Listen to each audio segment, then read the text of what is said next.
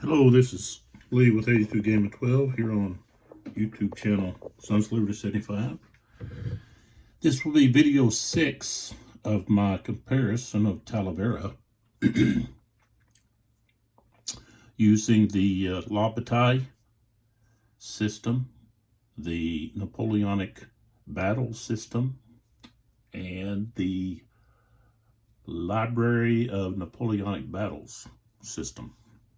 So, and those that play La Bataille will recognize that that's what we've got here is La Bataille. So, now I have mentioned in the prior video about the issue of the end of turn situation, which is becoming frustrating as a player.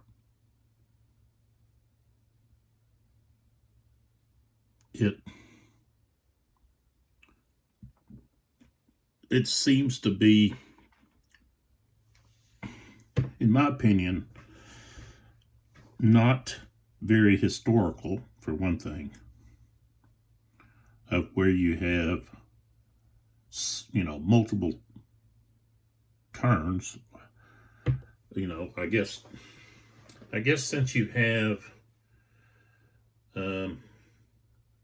3 turns in an hour, you could have some delays or, this or that. But, as a player, when you pull those out so quick, it's frustrating that you've got, units that have orders and they're not performing them, which that occurred where there was a delay or they started and stopped or whatever. But this is not just like one division. This is the whole, both sides.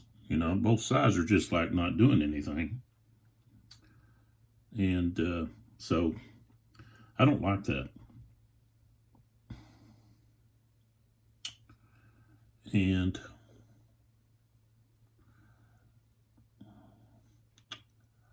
I think what I'll do is try to stop pulling those two early on is when I fill the cup, I'll only put one of them in, and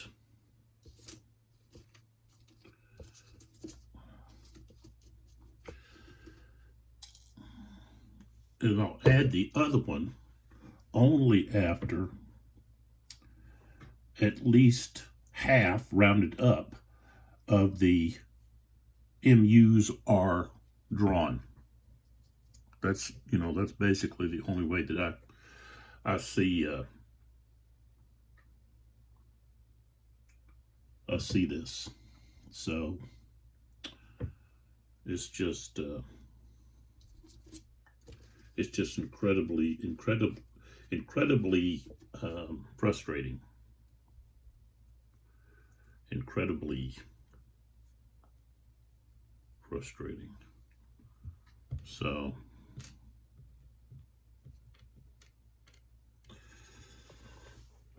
all right, so we're starting the 620 turn, and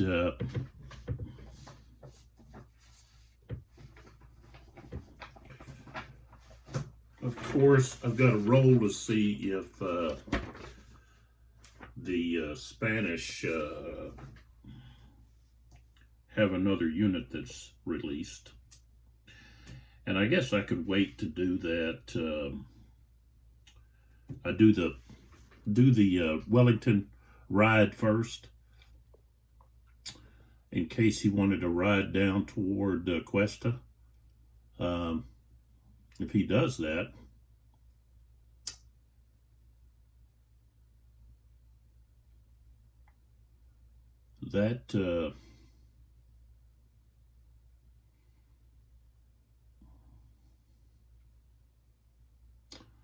that's going to take him a couple of turns to do that.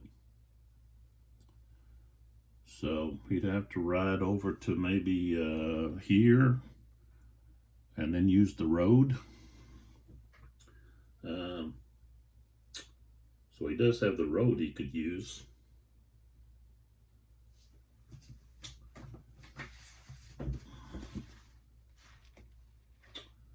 Let's see here, road, yeah. 3/4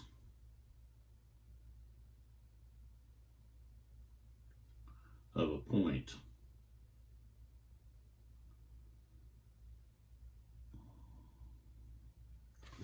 So basically every 4 hexes he's going to get an extra hex. So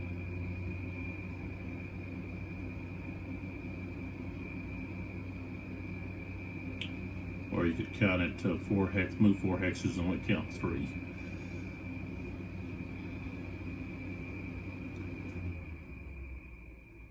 So I'll wait to roll for that after.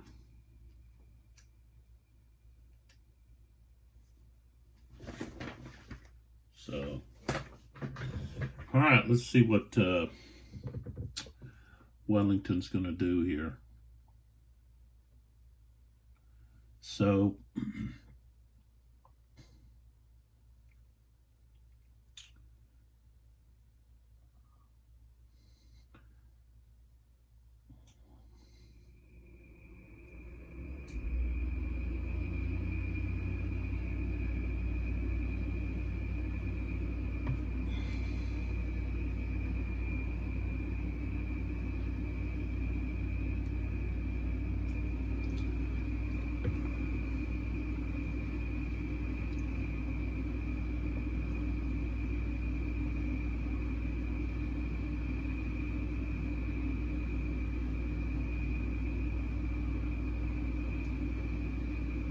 I guess I'm gonna, first thing I want to do is I'm gonna have this aide-de-camp go over here and this aide-de-camp to come back. And you won't have to count their movement, they just fly from one to the other. So that way that those cavalry units are going to be in the cup. So, and that's going to be the split cavalry. So I have that in there. So what else do I have? Okay. Reorganization, leaders. All right. So Wellington is in this space here, but there's no leader. Okay. So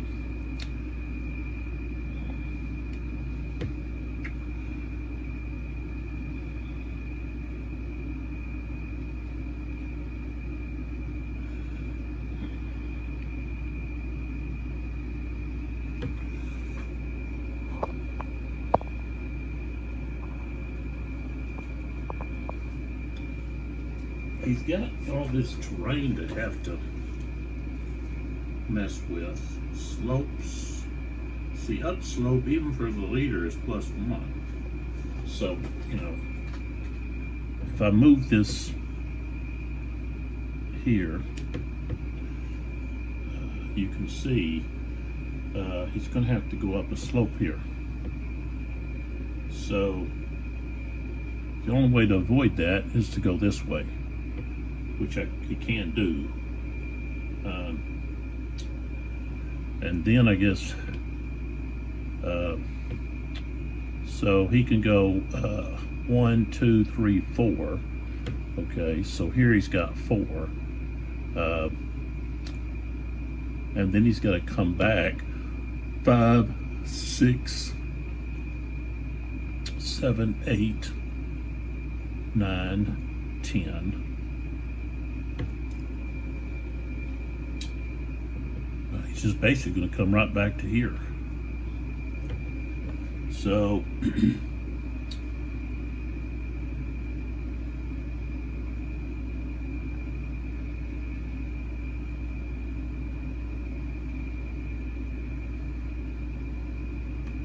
it really puts him at a disadvantage in the fact that he's not using his command range, which is 10 hexes, but he's having to ride around.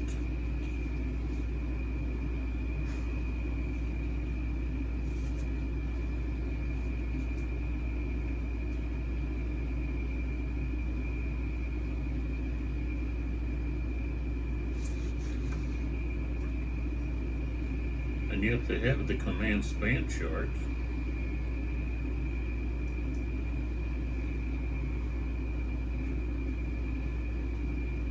But, you know, which the British are not, they're not set up for a core. So I don't know why they should have adjusted this to the British, the way that the British set up. They don't have corps commanders. They've got these, they're kind of like a division commander. And so that's what he's got. He's got these division commanders. But the rules are such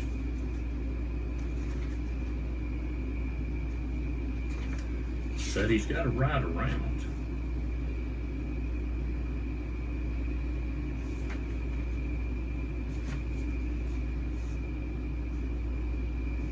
See if I can find it.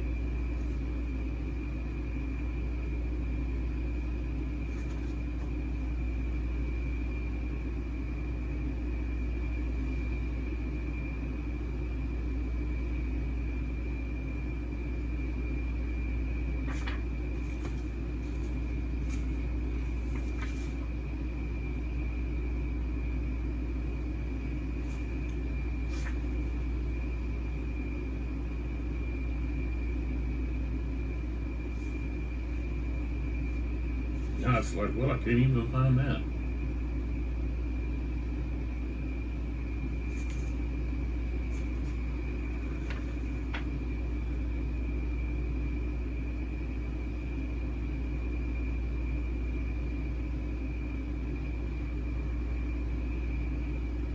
Oh, well, no wonder. It's in the regulation 22. That's where it's at. So, prior to the start of the command prephase, only the Wellesley counter and its 2 ADCs may move. Every British division leader through which the Wellesley counter moves, or with which it ends the turn, is placed in command, and may constitute an MU. The Wellesley counter may contact as many division leaders as it has movement potential, but each such leader that he contacts deducts 1 extra movement point from his ride. Divisional leaders are only in command for the turn they are activated. And of course he can use his ADCs to go to activate someone. So basically, what would happen normally is each one would constitute one big MU, and I'm just dividing them up. So basically, the only one that he was able to reach was Heel, which is the 2nd Brigade. They go in, and then of course we have the cavalry, which I already put in. Okay, and then we have, of course, we've got a roll.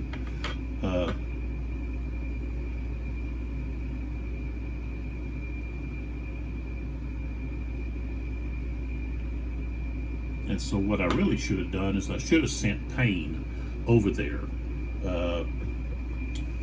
you know, and left these, 2 heavies and a light regiments over here. So I guess that's what I'm going to have to do. I'm going to have to get Payne over there at aide-de-camp, sending them back and forth is really wasting Payne. Payne's just sitting here, and he should be able to activate. The other thing is Beaumont over here.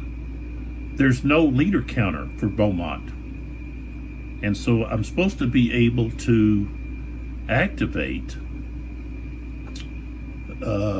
this light cavalry, okay, on its own by using Beaumont's cavalry bonus.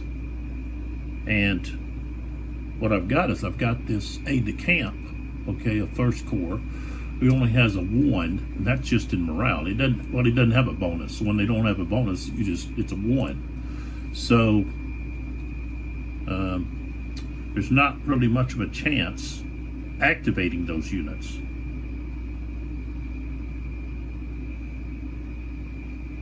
You know, unless I get Ruffin over there close enough. And of course, he's only got a 3 range. So I don't know if Beaumont should have been there, and he's not. But see, they don't have a leader. So this aide-de-camp, and there's only one aide-de-camp for the First Corps. So not very good chance I'm going to activate them. I can roll, and that's what I'm going to do. I'm going to try to roll to activate them. Nope. The other thing is to move Victor over there close enough that he can activate them. Okay, so let's roll for the release of some more Spanish. Gotta get a 5 or a 6. Got a 5. Okay, so now I can activate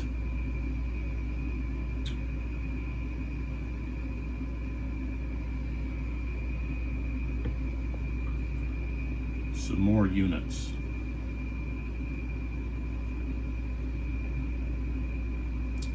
So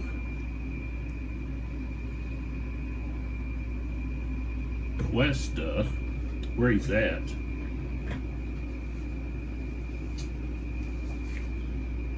he doesn't have any aide-de-camps. And if we take a look at where he's at,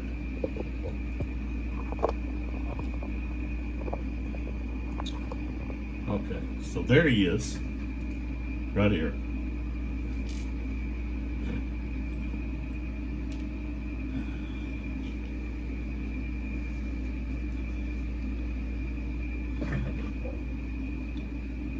He's the bull on Wellesley's Oss. So I've already got the cavalry, Alberta's cavalry, activated. And so they're going in the cup. Now, I can now activate another group, but they're going to have to be within, I'm calling it out that they have to be within Cuesta's command range. Now, he's an army leader, and it says 10 hexes, but I think his should be more like 6, because he's in that wagon. He was limited in his movement. So,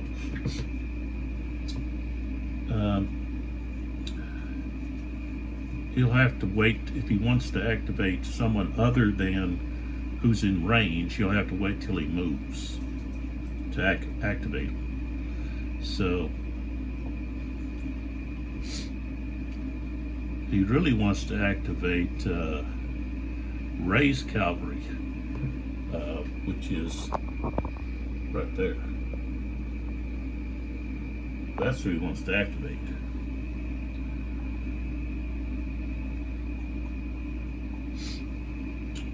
So they are too far away. 1, 2, 3, 4, 5, 6. So he'll have to wait. He'll have to move to activate them. But they're released. So I've actually got to guess I'm gonna have to get another counter for them.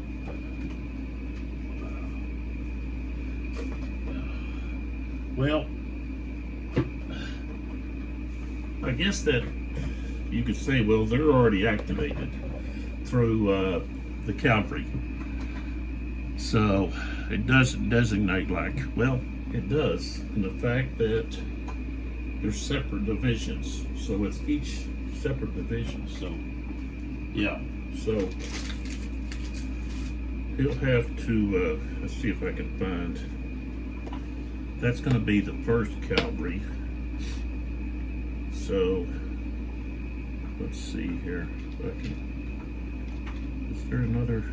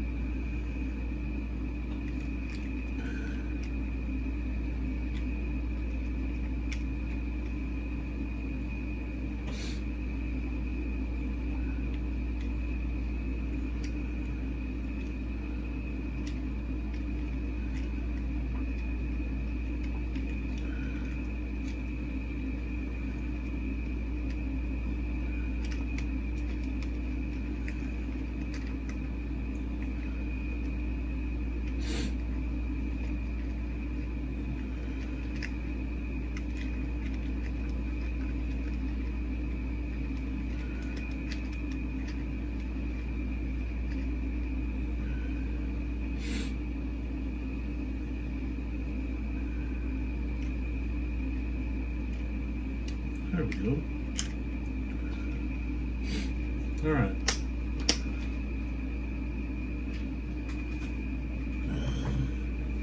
So we got the 2nd Cavalry, and that's actually what Albuquerque is. But so now we have the 2nd Cavalry, but and the 1st. So. All right, so we've activated them.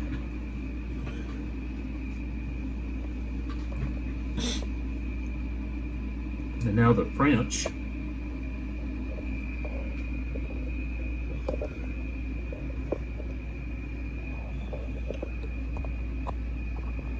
are activating.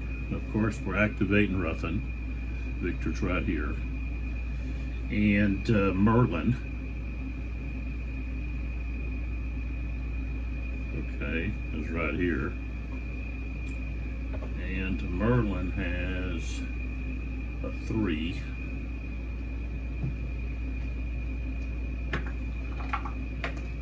Okay, so Merlin gets added.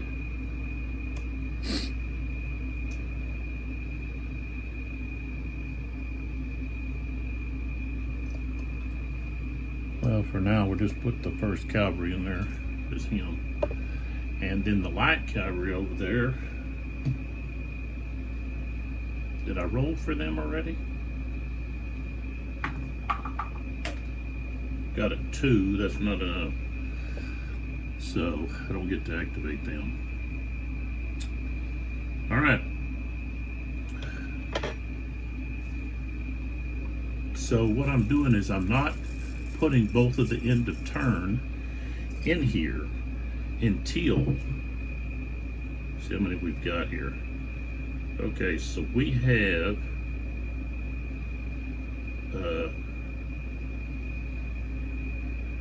1, 2, 3, 4. Okay, I'm not counting those other, the leader movement and the reorganization.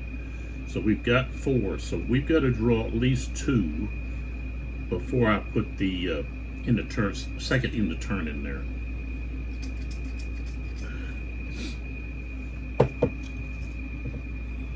Okay.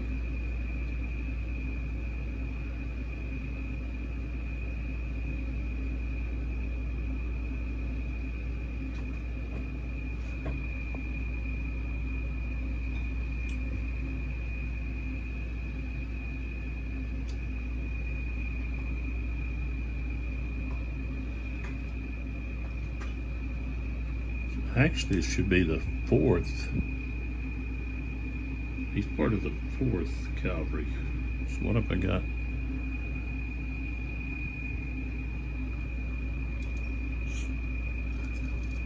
So I guess maybe I did activate. Did I? Because I put this in the cup.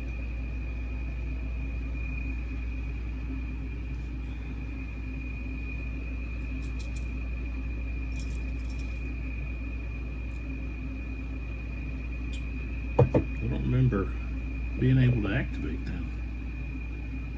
Why did I put them in there? Oh, that's a coalition.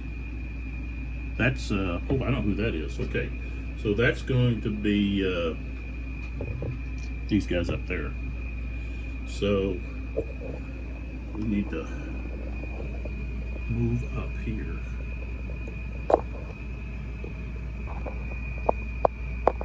And close into this because this here is going to be a fight right here. All right.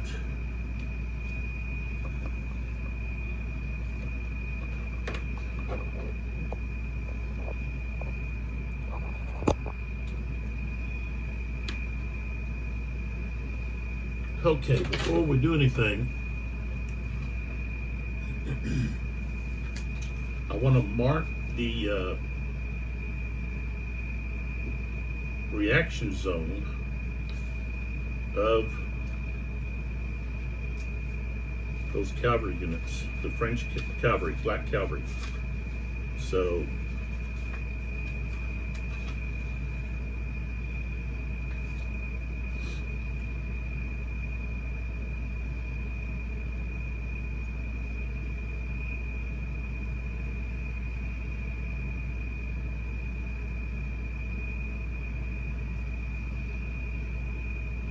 I think it's 5.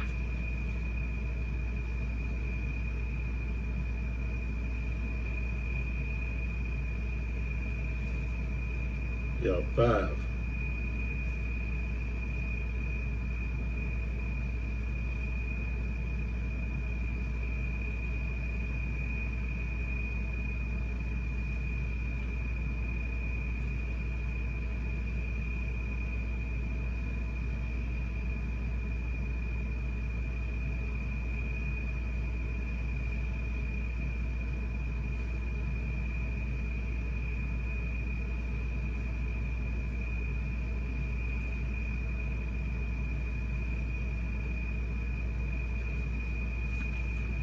All right, so it's going to be 5 hexes. So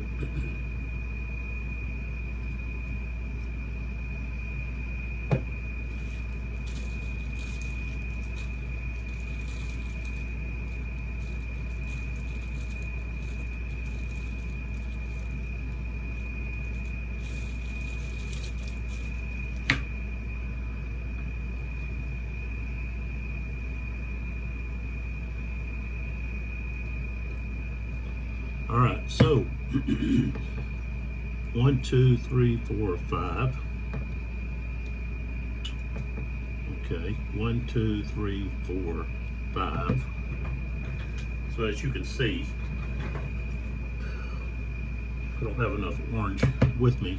1, 2, 3, 4, 5. And then of course we're 1, 2, let's see, 1, 2, 3, 4, 5. So that's the charge zone reaction. So of course the British are going to come into charge, okay, and of course the French are going to want to try to react to that. And so when they do that,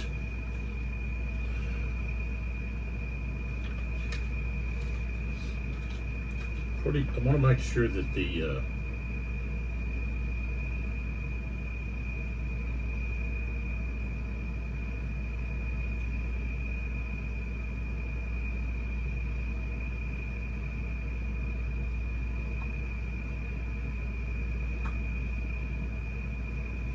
Okay, so it says only French or Saxon cavalry units in a column of companies or in a multi-hex line may change formation in a reaction charge.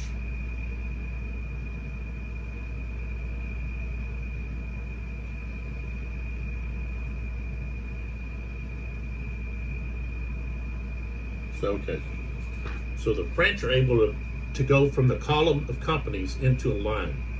And see, that's what light cavalry want to do. They want to be in a line when they attack. They did not attack in column of companies. That was the heavy cavalry. So that's what I wanted to check. So as soon as some of those cavalry units enter, okay, and of course they're outnumbered, it's 3-1 here. So that that'll be an issue. All right, so yeah, let's start with this guy back here first.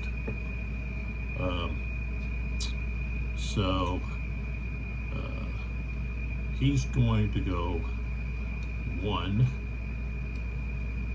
2, 3, 4, 5, 6, and then 7. Okay. So that's 6 actually. So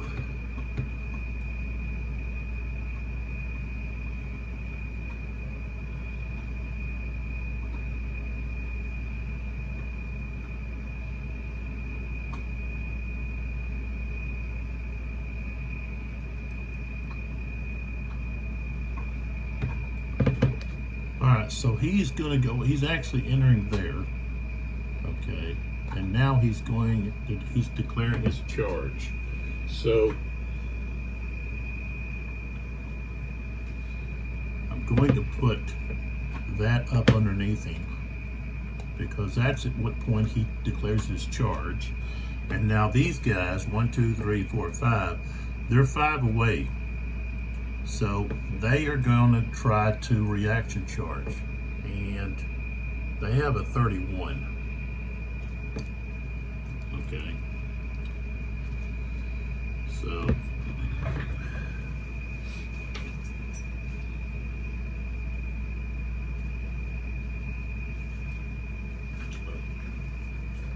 let's see if we have any modifiers for this.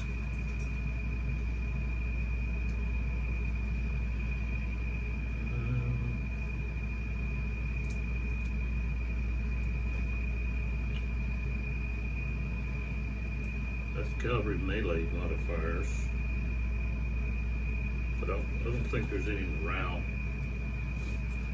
modifiers.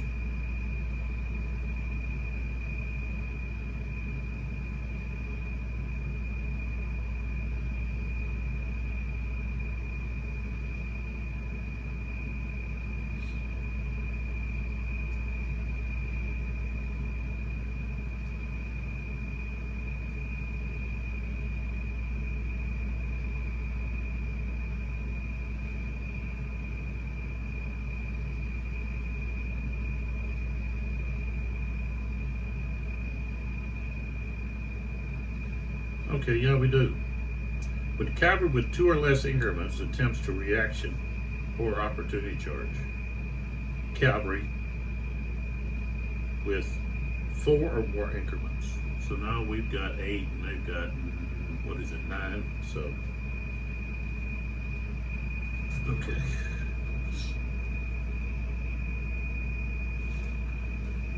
All right, so they just have to get their 30, whatever that number was. All right, they got a 44. Okay, so they reaction charge. Okay, now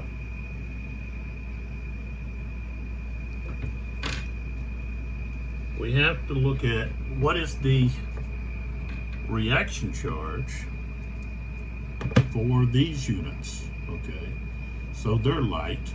So 1, 2, 3, 4, 5.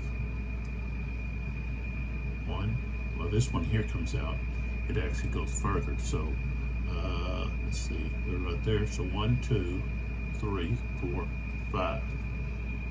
Okay, 1, 2, 3, 4, 5.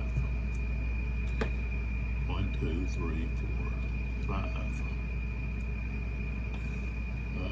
1, 2, 3, 4, 5. Okay, so they can reaction charge right there.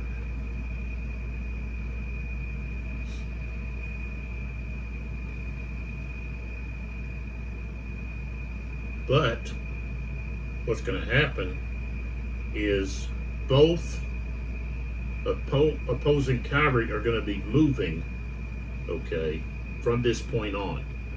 Okay, so they are going to turn, okay, to wheel, excuse me, into line. So I'll put it this way. No, I guess I'll put it this way.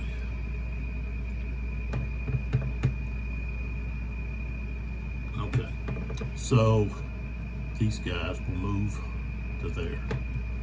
All right, and then these guys move here.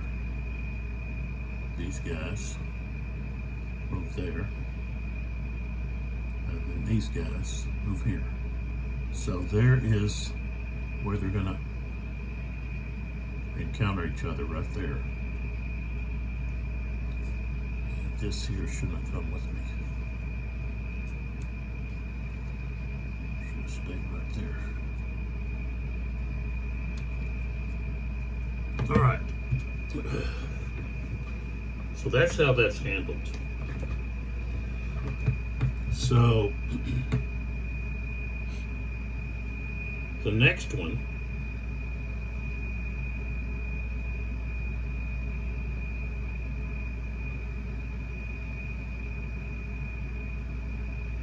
is going to be the 14th.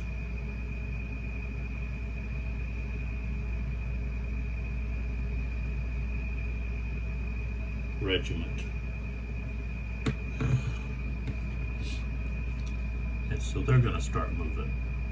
And so of course they go 1, 2. Now we're talking about this guy's.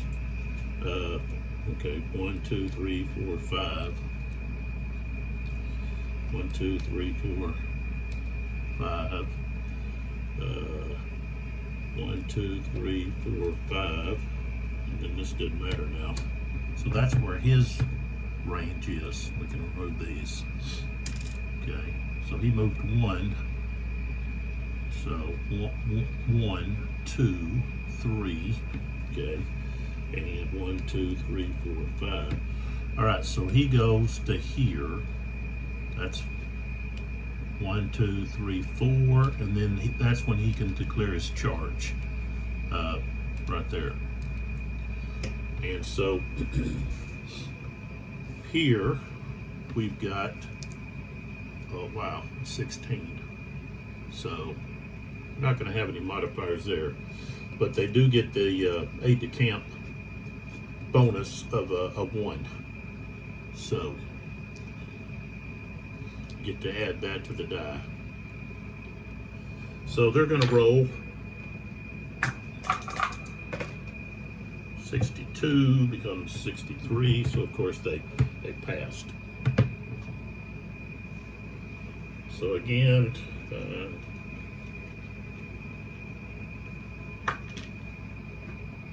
okay. Of course that's their charge, and then so they're going to consolidate.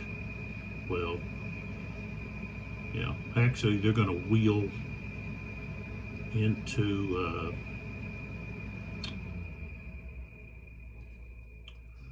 a column. Let's see. Actually, I'm doing this. He moves to here. he moves to here. This guy moves to here. So that's one move for them. Okay. And then, so these guys move up to here. They go there. He goes here. And then here. And then he'll have to go like that. Okay. And now they don't have anyone else that can assist.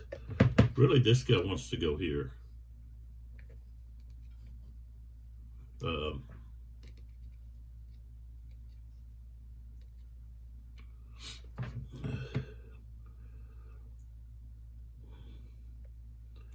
And the last one could either stay back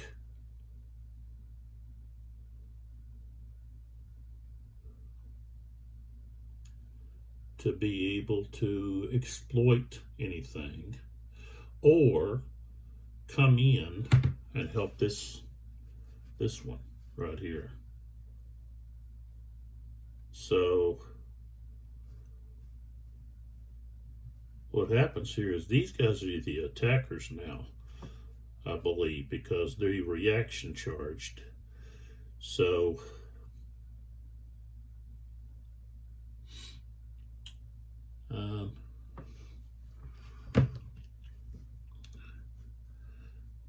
see, these guys here are not involved. The line of got extended, so they're not involved. I guess you could say they could wrap around. So they would move to here, because he still has movement left. So yeah, they could move to there. Okay. Like so.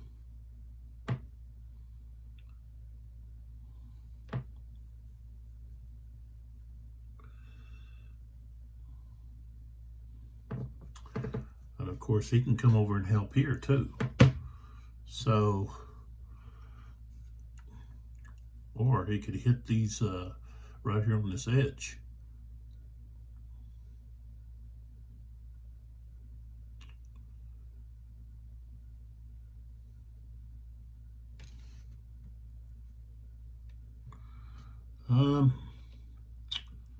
Yeah, why not do that? So we're going to go 1, 2, 3, 4 right there, and then 1, 2, 3, 4 with his line right there. And he declared his charge. So I don't think I do have another red.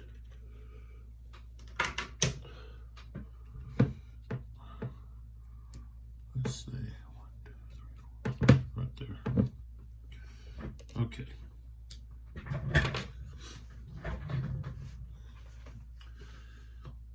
And so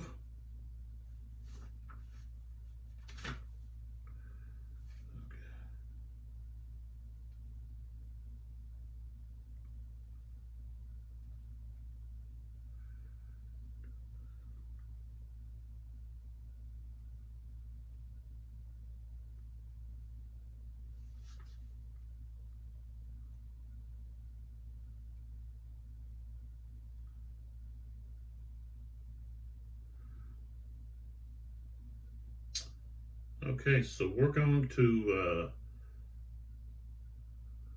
resolve the cavalry charges.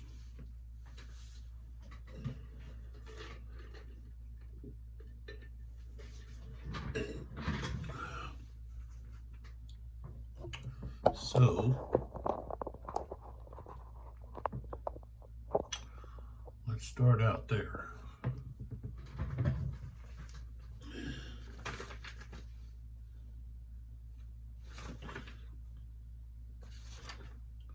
One thing that I wish that this regulation book did was that when it referenced other rules, that it would put the page number or the rule number, and you don't get that.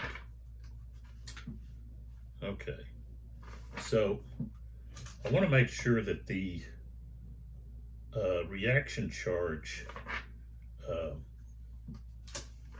is basically the attacker. So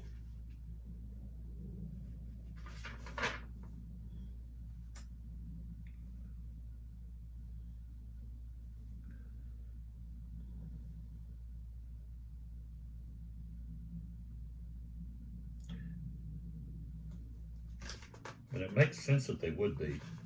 I don't think I really even need to look it up.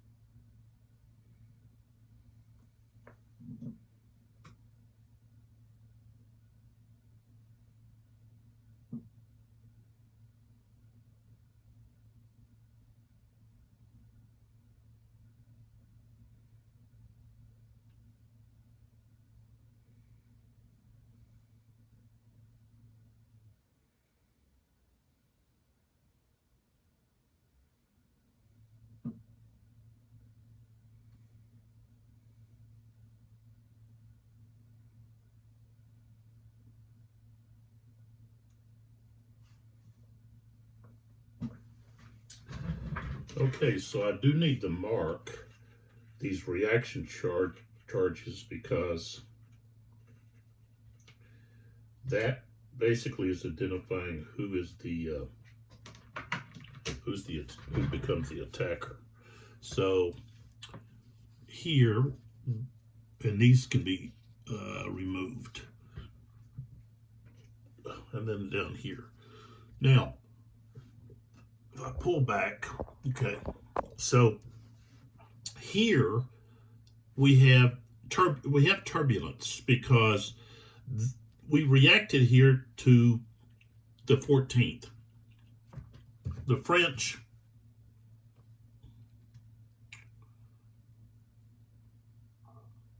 Second Regiment, okay,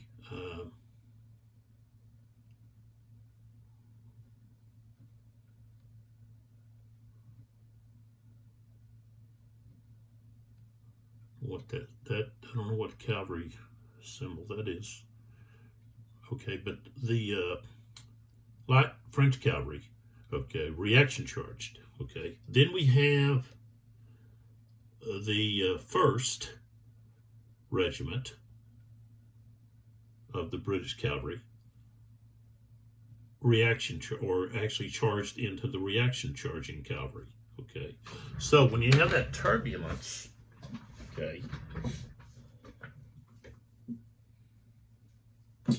so as each successive cavalry unit joins the turbulence, it becomes the attacking cavalry for the melee. Okay, only the last charge or reaction charge in a turbulence is resolved via the melee resolution process. Other contacts between charging and reaction charging cavalry units that built the turbulence are ignored.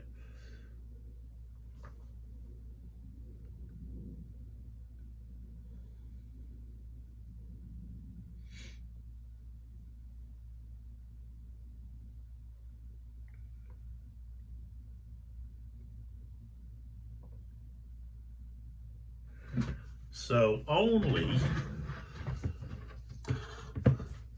these two, this cavalry regiment and this extended French unit will be involved in this melee, okay, according to the rules. So, but over here it's just going to be here to here. So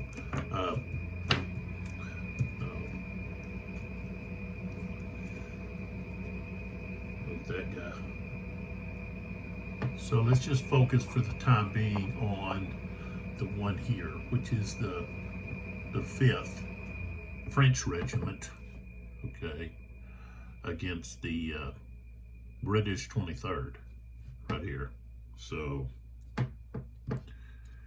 we have this attacking here. All right.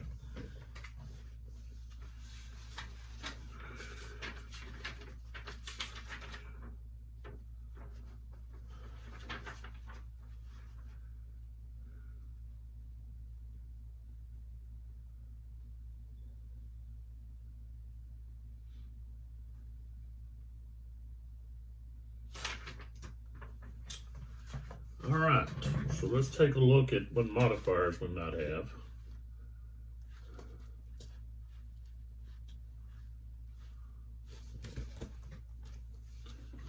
And we have to look at the strengths of the two units. So we have 27 and 16. So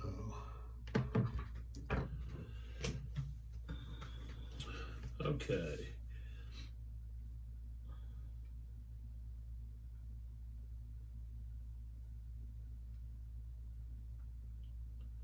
Neither one of them are Lancers.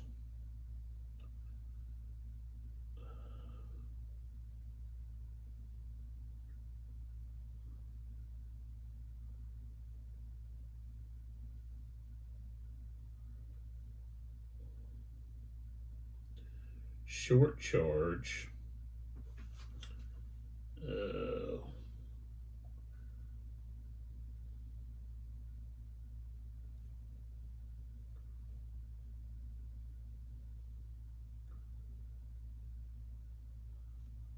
That would probably could be considered a short charge because you're doing a reaction charge. But I don't know why they don't just why don't they just label it as a reaction charge, or well, an opportunity charge? Maybe it's only if you're adjacent. Let's see here. Let's see if I can go back over here to the cavalry section.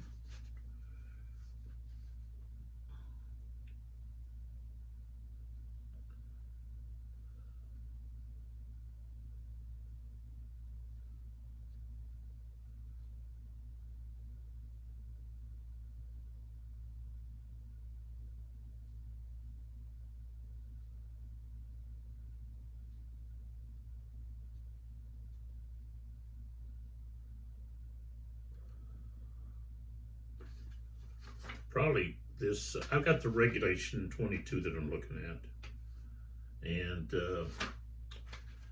probably a short charge is not even mentioned in here. I would think like a short charge would be if you're just attacking someone that's adjacent to you, you know. So I don't think we're going to have any modifiers here.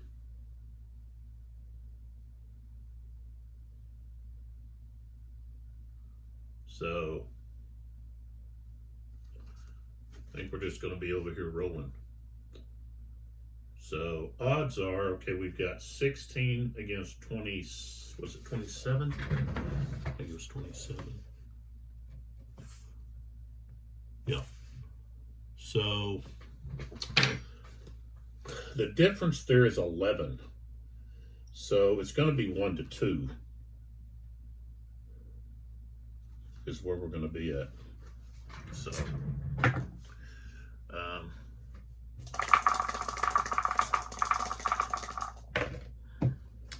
okay, a 33. Okay, a 33. Okay, so the attacker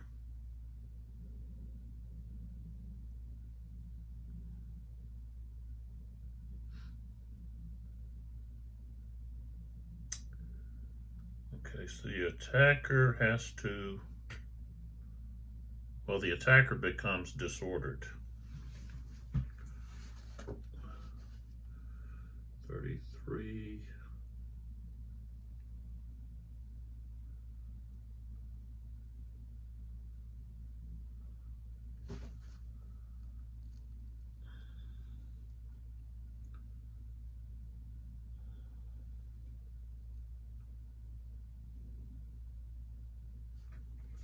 Okay. So, but cavalry, I believe cavalry or they just go automatically to plus disorder. Let's see. Or am I confusing that with a different game?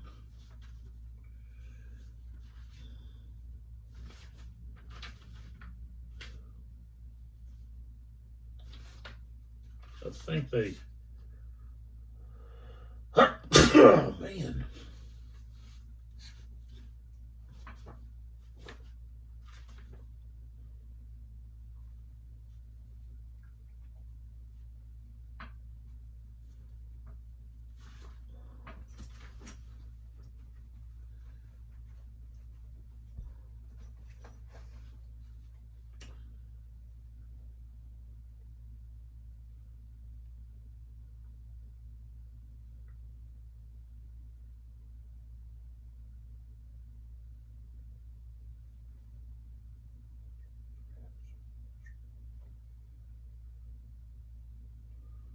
There's the short charges. Okay. So basically, a reaction charge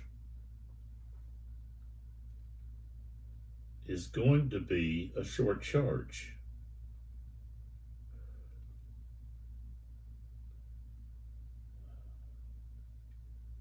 Because it says cavalry units that charge and were able to charge at least 3 hexes in a straight line. See, were unable to charge at least 3 hexes in a straight line before reaching their target, execute their melee at half value. So they're 5 hexes away, okay? They wheeled into line, okay, which means they really haven't moved. I mean, half of them have, I guess you could say. Opponent moves, okay, so they're 4 away. They move again. Their opponent moves.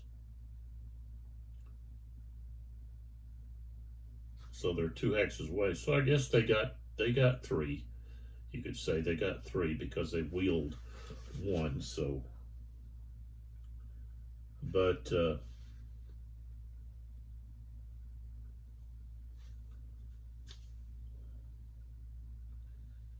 it seems to me that cavalry just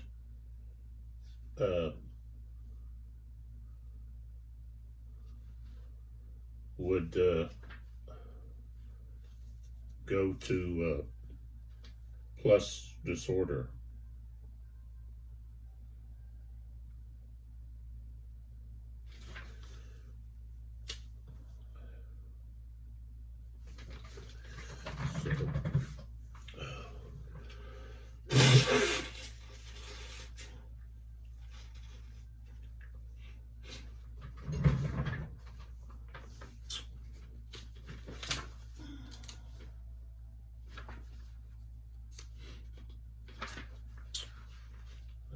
Let's see here.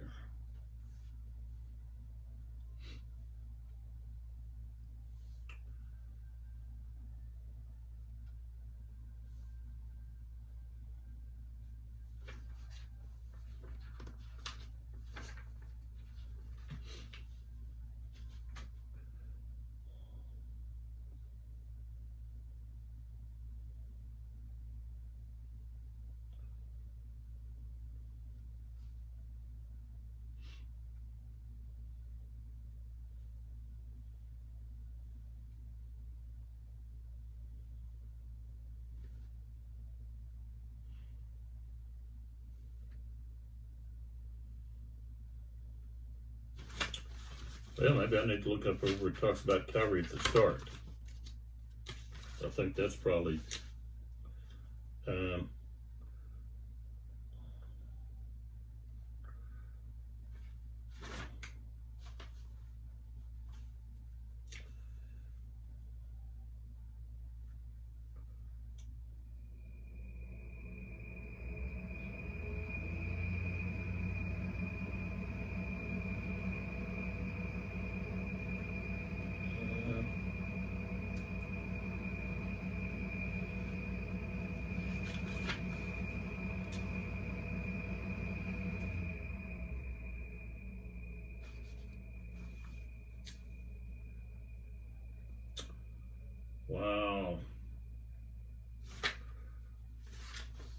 I can't find it.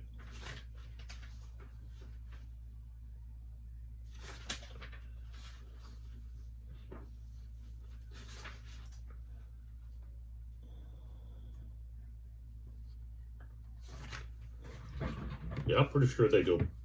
I'm pretty sure they go. They just go plus grand disorder. Okay, so they're gonna lose.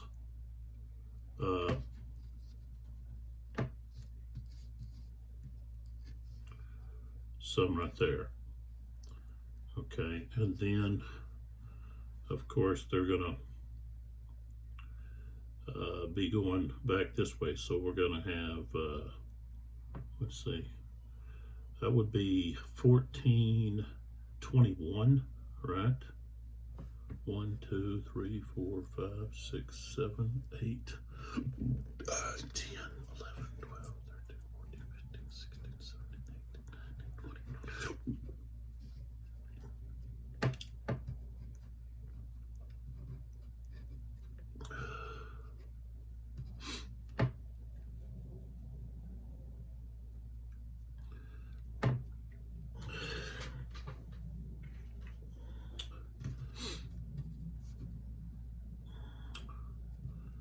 Well, I guess I could do it this way.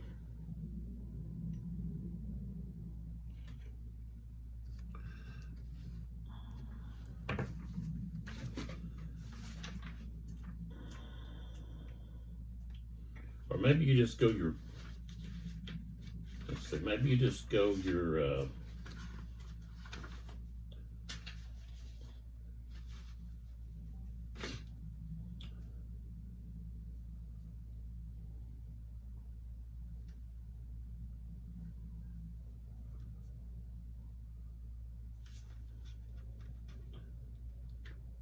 yeah, let's see, retreat after combat. Let's see.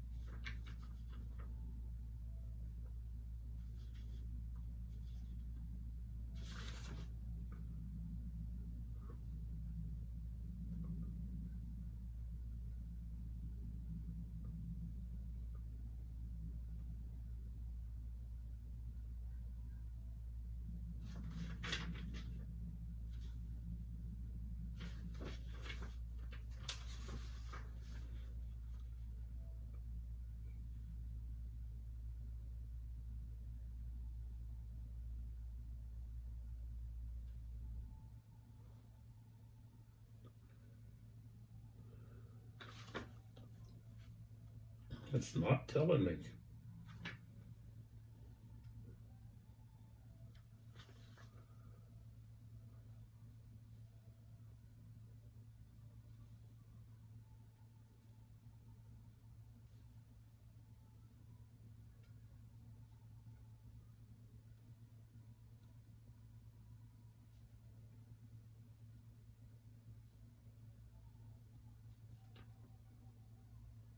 Okay, it's not the full half, but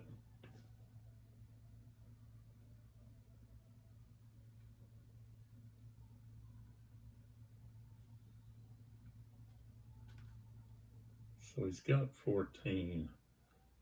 That's, yeah, he would, yeah.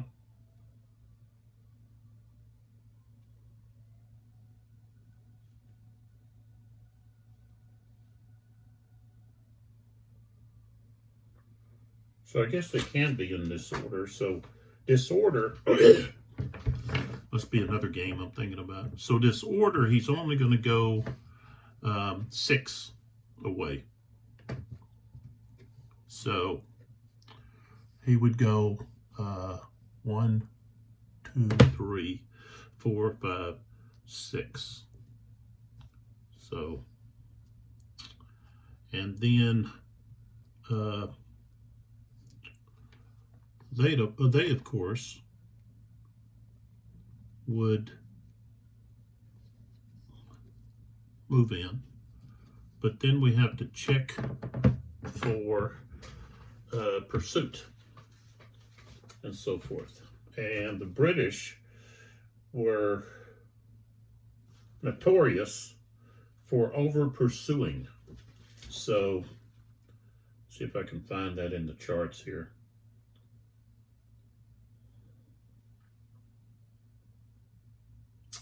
Yeah.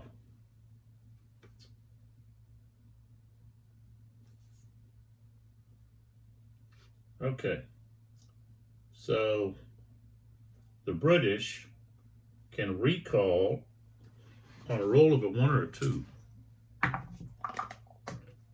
rolled a 6. So they can't recall. So that means they have to pursue.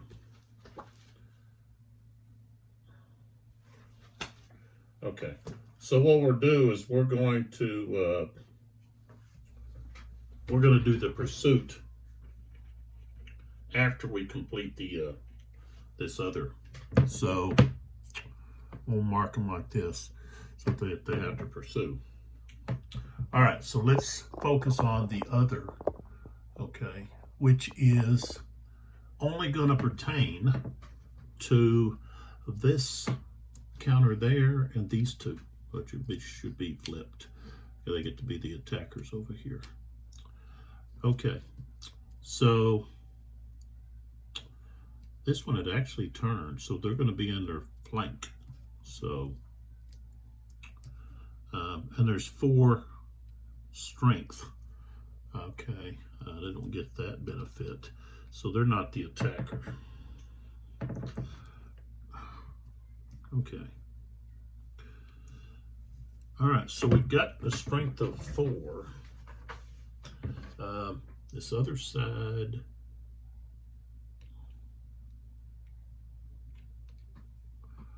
has 26. Okay, and okay, he just has morale. So if we look at the charts, and these charts can be found in that labataille.us website that I post with the descriptions or, you know, added information there. So, all right, so let's go over here. And if you don't have any lancers, charging targets flank, they get double. So they're 26, they're at 52. Okay, that's going to be off the chart. So that's going to be 5 to 1. I don't think we're going to be able to have that better or worse or whatever. So that's just going to be 5 to 1. So I can keep looking at modifiers, but it's not going to matter. Okay, so 22, 5 to 1. They're going to lose 3, and it's going to be a grand second disorder or a grand disorder. It's a rout for those. So so this becomes 1. So they lost 3, and so they lose another one. So they're going to lose all of those guys on the route because they're exiting the zone of control of those cavalry units. So, all right, so they're going to be disordered. So that means they're going to actually move that. Basically, it says 3, and so what am I looking at here? Okay.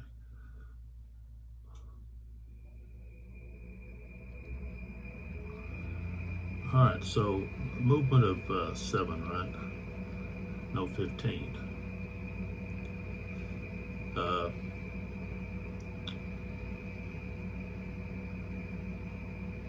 Oh, well, hold on. So 45, yeah, 45, yeah, that's like 22. So 1, 2, 3, 4, 5, 6, 7, 8, 9, 10, 11, 12, 13, 14, 15, 16, 17, 18, 19, 20, 21, 22. And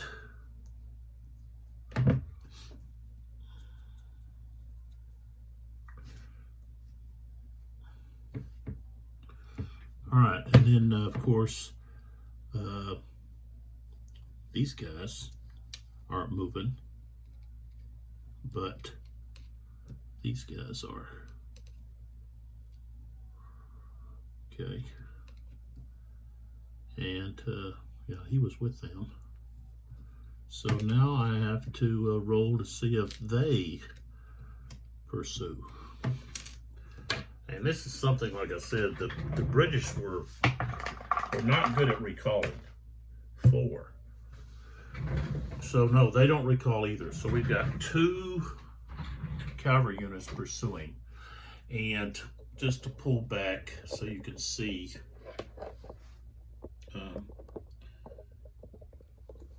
this is where those French cavalry units that went to, all the way back to here. So, and if we move back up here and take a look, okay, we've got to roll for pursuit. So, let's see. Okay, we have pursuit, but now we have to do the pursuit.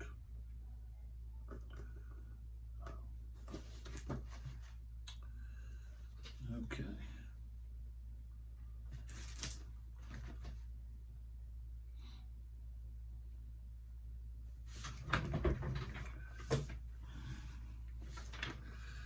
Okay, let me find.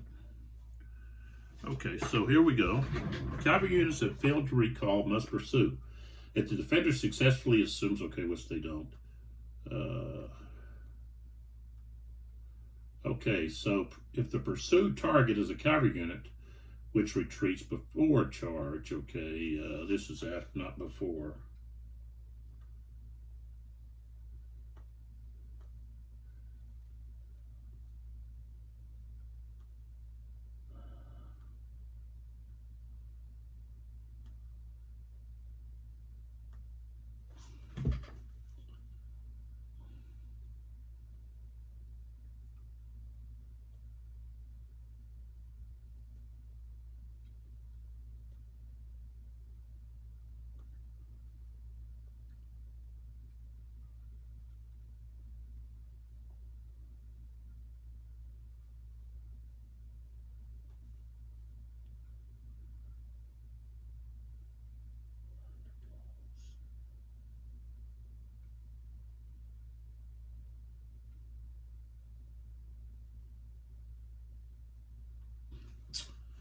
Okay.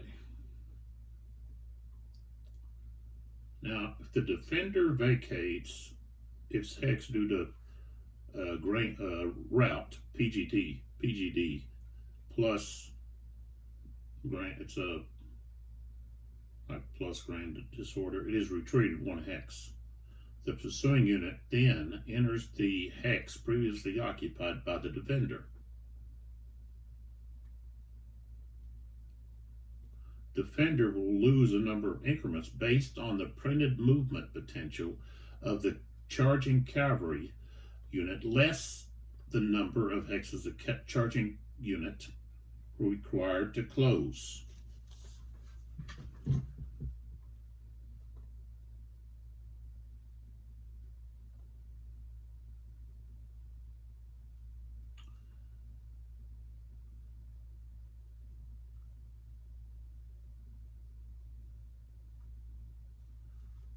Okay, so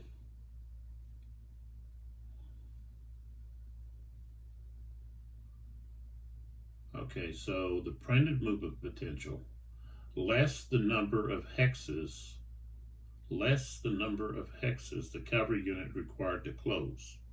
So the actual movement points of the charge upon the combat units entering. Okay, so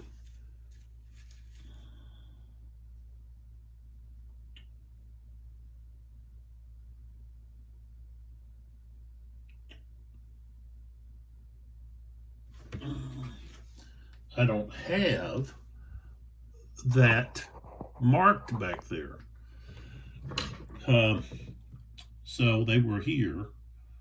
Okay, 1, 2, 3, 4, 5, and then 6, 7, 8, 9, 10, at least 10.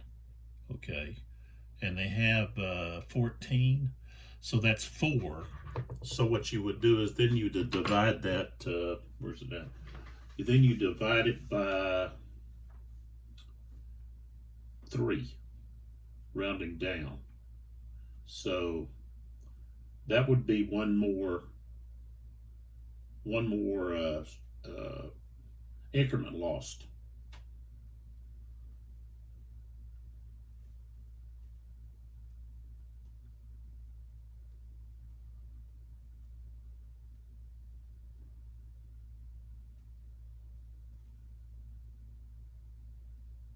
So, okay, it says a pursuit never follows a melee à cheval.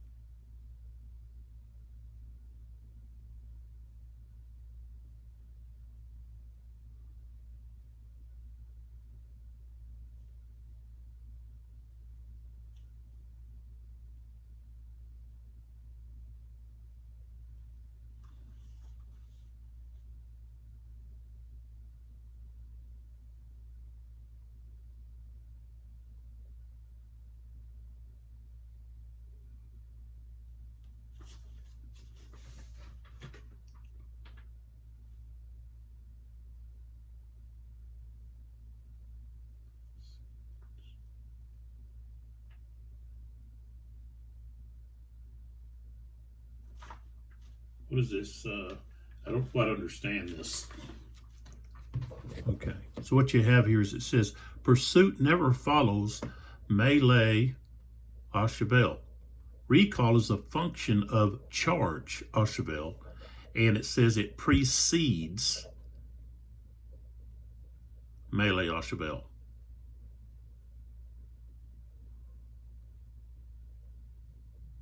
So I guess they're saying that you don't have pursuit against cavalry.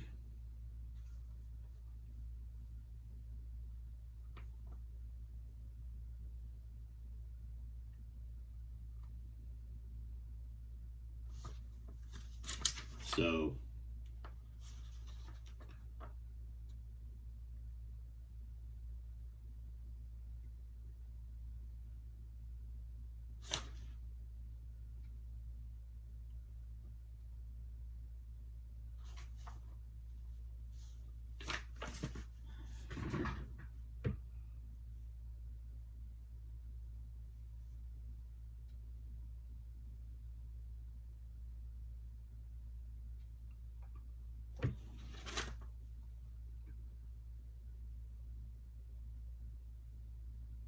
okay, so I guess I don't have pursuit.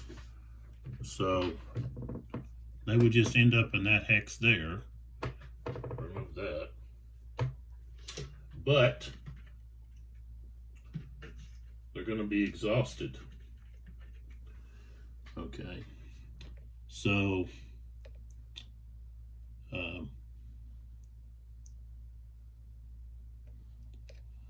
they're exhausted. These guys charge, so they're tired. Okay.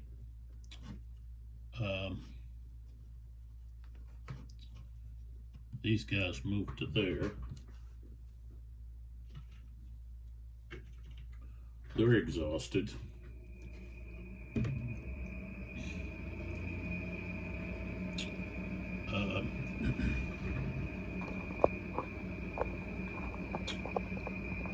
Okay, so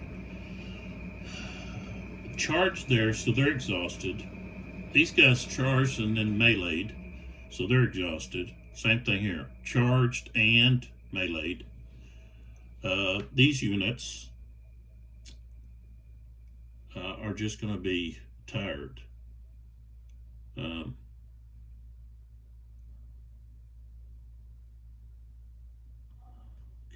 and then the units that are way back here,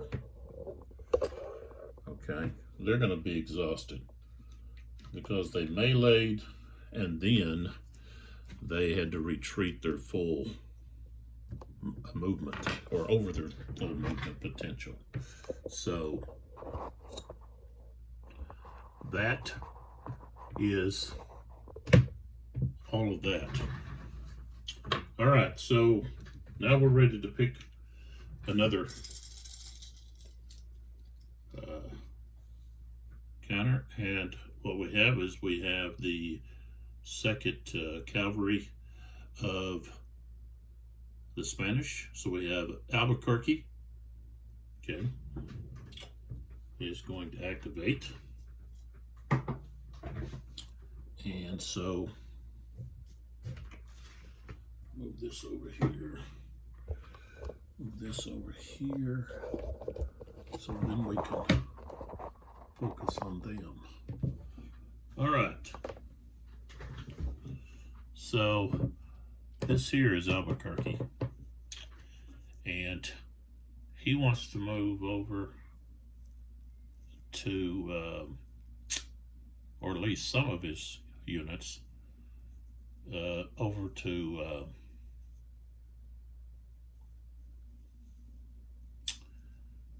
help on the British left.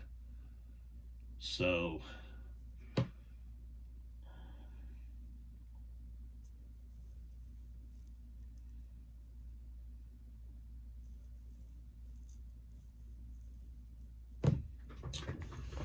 now moving through those orchards, it's going to cost cavalry 4.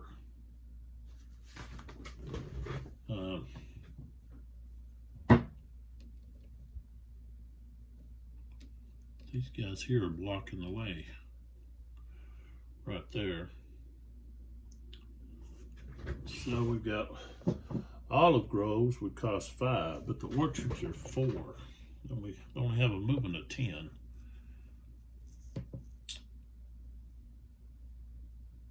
So, okay. So 1, 2, 3. So that's 7. Okay. This one here, of course, they're going to turn. That's 1. So they can go 2. Well, I guess on that road, they can move 3/4. So that's 1. Okay. That's cost 3, so they're at 4. Okay. 1, 2, 3, 4. Cost, they're at 7 now. 7. That's 10, 11, 12, 13, 14, 15. And so I'd have to pull back so you can see exactly where they went. Okay.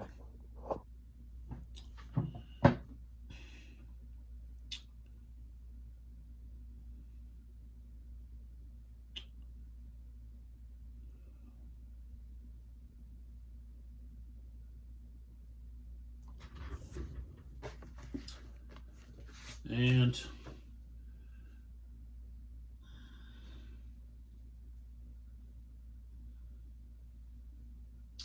if I do that,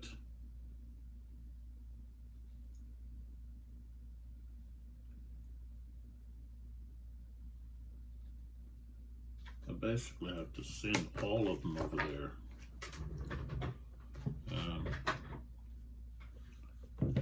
With that, or send Albuquerque with them.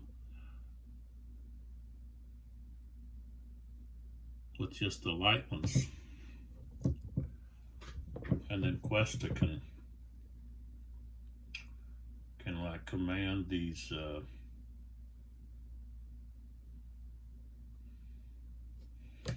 guys here.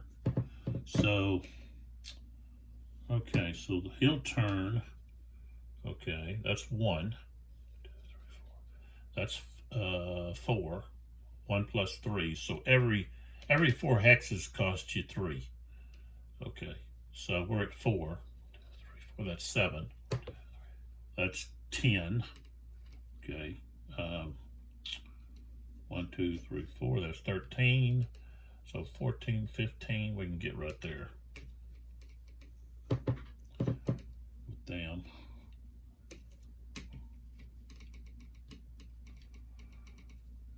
Okay.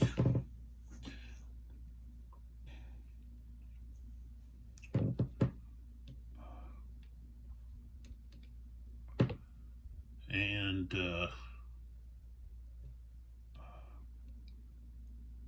Albuquerque.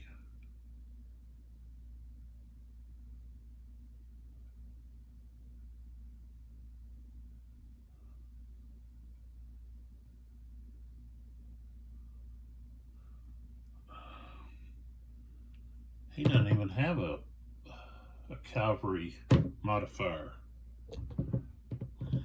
What is Ray? No, not Ray, but Interostrosa has a 1. What has he got? Yeah, 1. Okay. So I need to send. See, this guy here, I shouldn't have moved.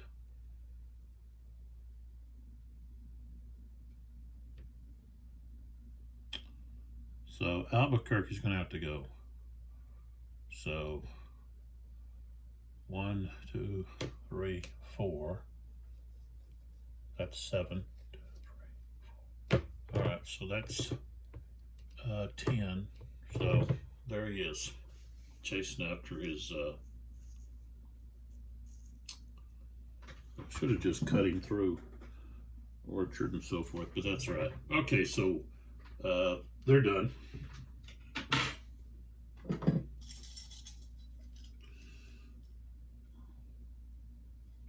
Okay, so now we have the 2nd Brigade,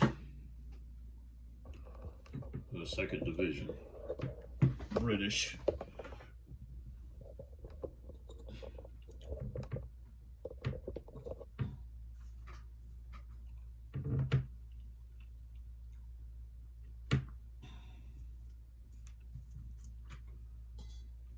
I put the other end of turn in.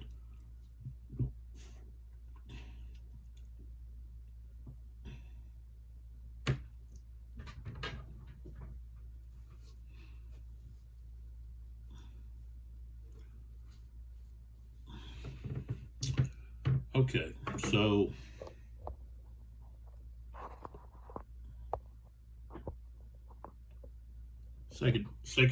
second is up here at the top. So the cavalry being successful, okay, I'm going to move this guy up. 1, 2, 3.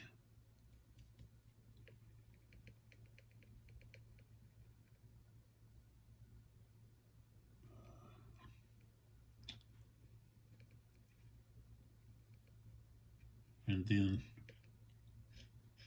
he's going to go into, he's going to extend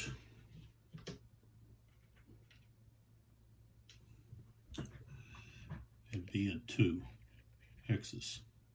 So I put him like that. This guy's going to turn like so. His skirmisher,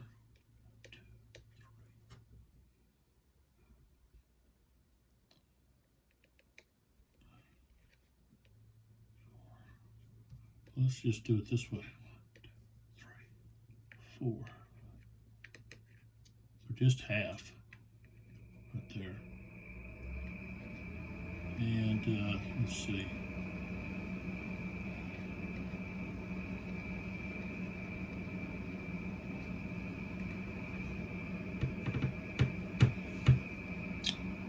These guys are going to turn like so.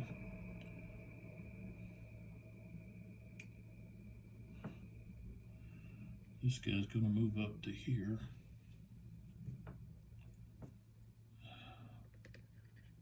This guy's going to join him.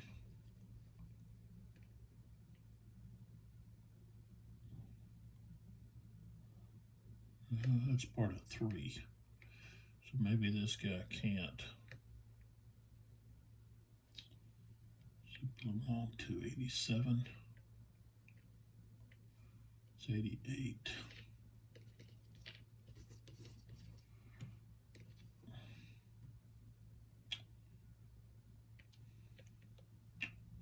This guy here.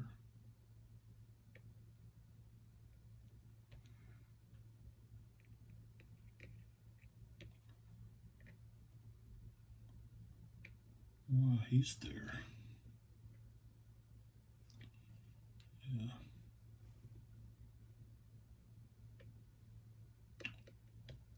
1, 2, 3. Okay. So 1, 2, 3.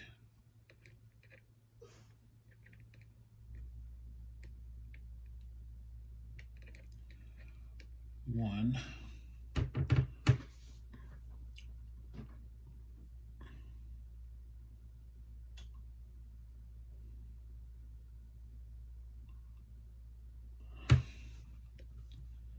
I'm going to move this green jacket. 1, 2, 3, 4, 5. Right there.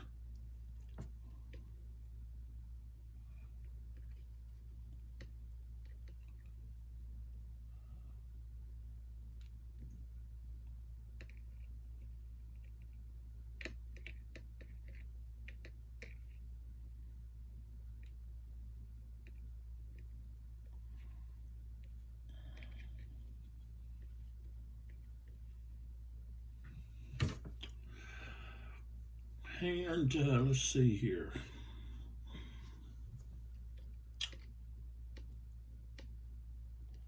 One.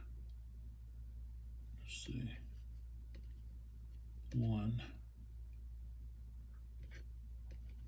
2. Zip up to there.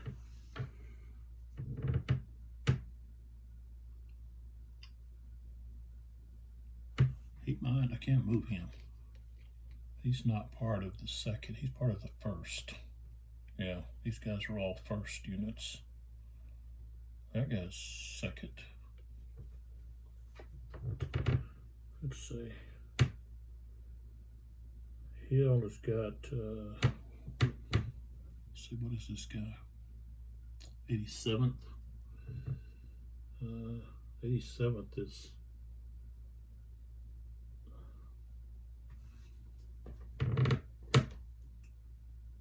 48, 29, 66.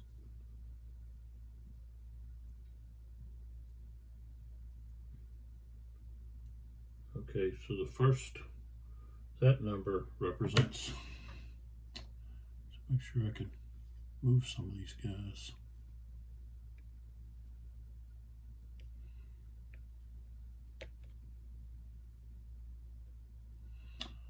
Yeah, this guy's not.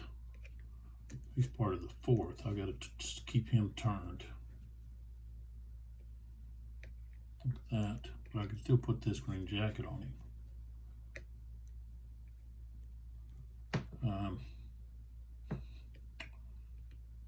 So That's third. This is second. I can move this guy. 1, 2, 3,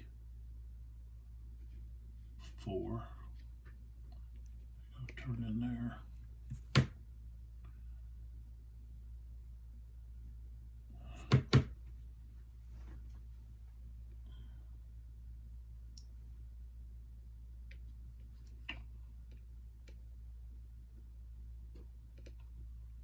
This guy's gonna turn. 1, 2, 3, 4, 5. Okay. And we'll leave this guy here.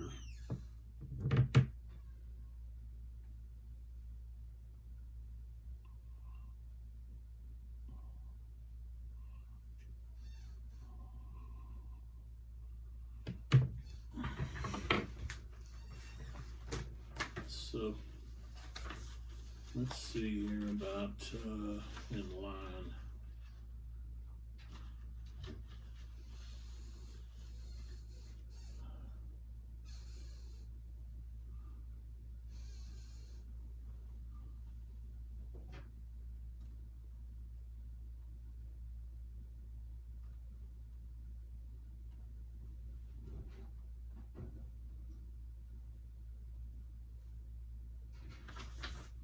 So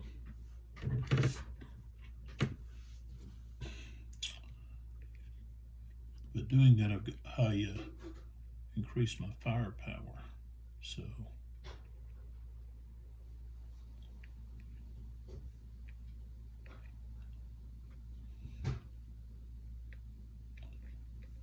he'll move him right there.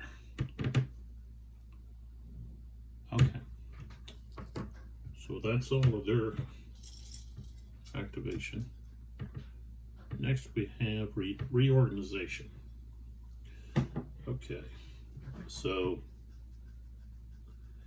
we can roll to try to recover from disorder and grand disorder. So we'll start down here with this unit. Okay, so their disorders, that's going to be -3 to the die. I have a 25. Okay, so 25. They rolled a 12. So I think they're going to grand disorder.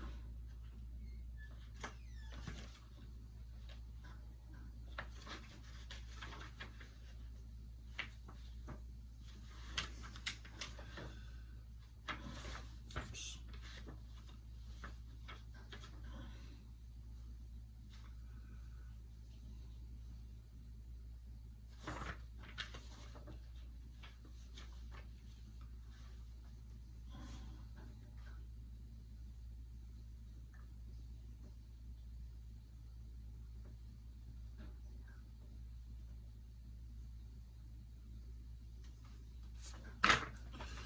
Yep. So they were going to go to grand disorder and of course flee.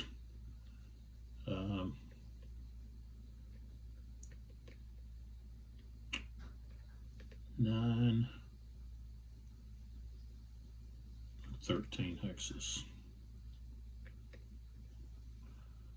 1, 2, 3, 4, 5, 6, 7, 8, 9, and then right into those orchards. I think they can stop there.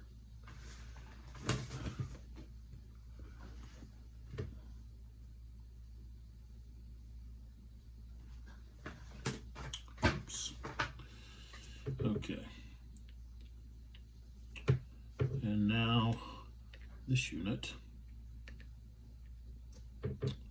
36. Okay, I rolled a 52 minus 3. That's going to pass. So he's no longer disordered. Okay. We go there.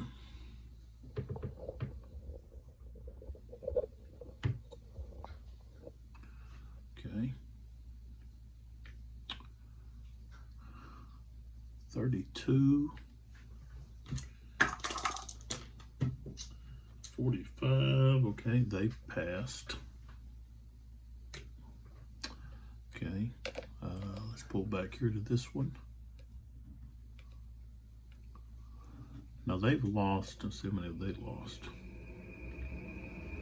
Yeah, they're still okay. They've lost more than 50%, so they're going to have a -6, and then a -3 for being disordered. So a total of -9. Okay, and they have a 32. So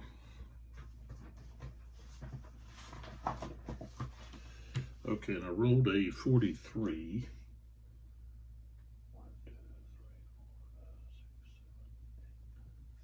26. Okay, they're going to grand disorder.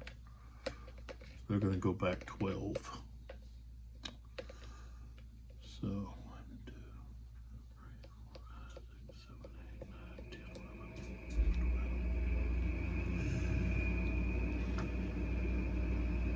Okay.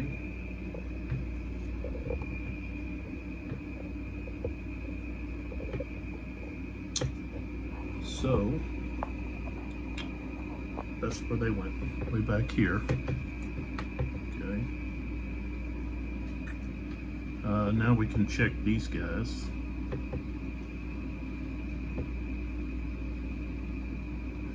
I do have that aide-de-camp. I've got a 16. So I don't think they're going to have any negative modifiers.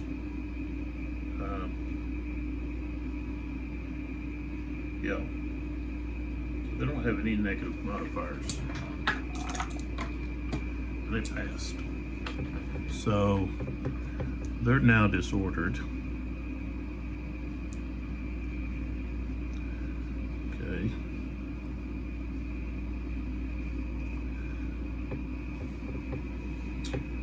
All right. Let's move on up. So that unit, I think I just rolled for them, didn't I?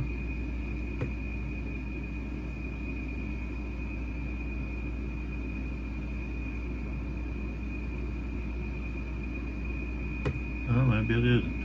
Okay. They've got a 26. So 26. Well, I rolled a 25. So they are going to flip over and go 13 from here.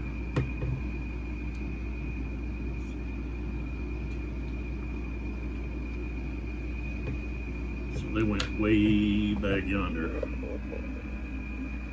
Okay. Give you a little perspective of where they're at. Okay, that's where they should be. There. They're in about way back here. Okay. And now we have a cavalry unit there. It's cavalry regiment.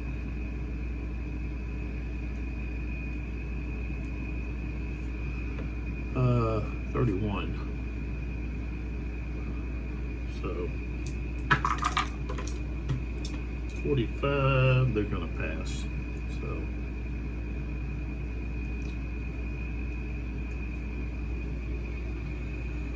all right. I think that's everybody.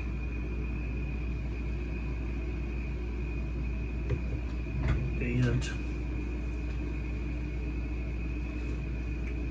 once they get, I think, 15, at least 15 hexes away or into non-clear terrain, then they can stop. They don't have to keep retreating. So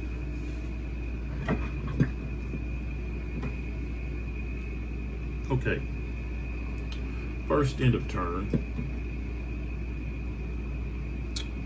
All right, so that should be the 4th, not the 6th. That's going to be Merlin. So let's pull back here where we can see where he's at, what he's doing. Okay. All right, let's pull back some. Okay, so here's Merlin. These guys here are Lancers. Okay, that's the Polish Lancers. So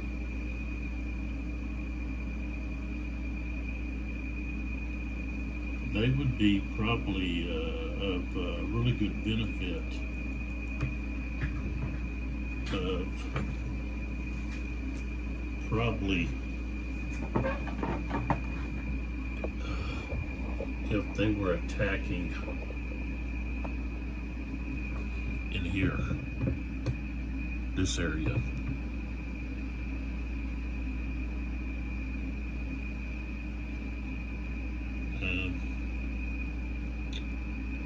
Which I've got some heavy cavalry, but you know,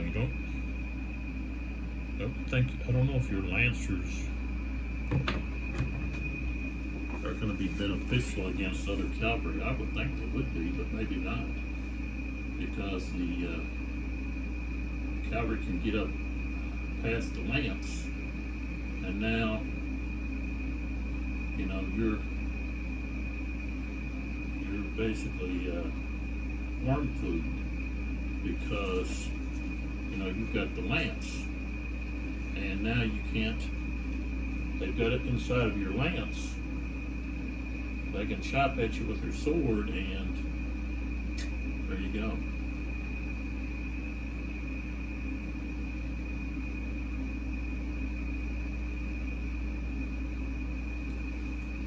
They do get a bonus. They do get to use their bonus.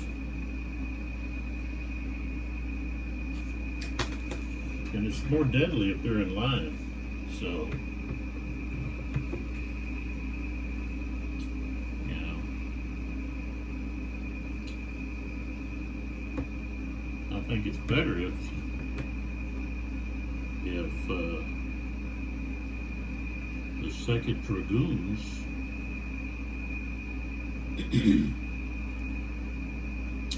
or maybe they're not Dragoons, that might just be the 2nd Division. Milhaud's cavalry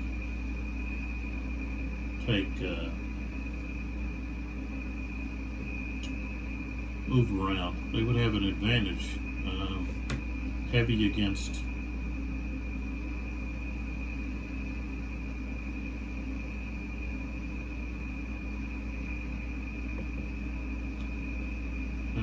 heavy against light over there, but I can't activate them till much later. We've got to try to gain that hilltop there. So I've got to send them. So I don't have much of a choice. I'm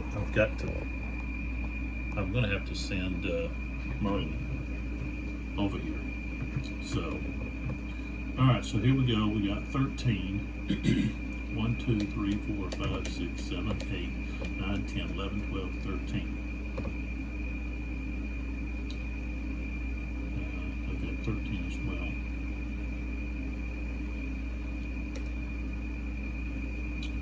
And 14 here. 1, 2, 3, 4, 5, 6, 7, 8, 9, 10, 11, 12, 13, 14. Move these guys up behind.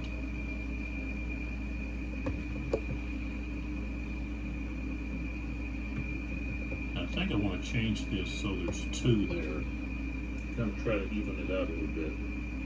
So instead of just having, well, yeah, I think you have to have at least 4. I think so. Maybe I can't do that. One of them has to have at least 4.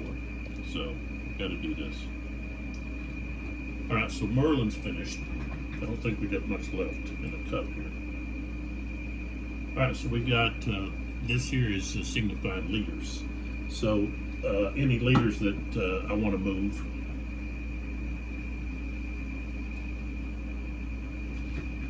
Oh, I also have, I forgot about this, this artillery, horse artillery. So let's see, 1, 2, 3, 4, 5, 6, 7, 8, 9, 10. They're following along. 1, 2, 3, 4, 5, 6, 7, 8, 9, 10. So they're going as well.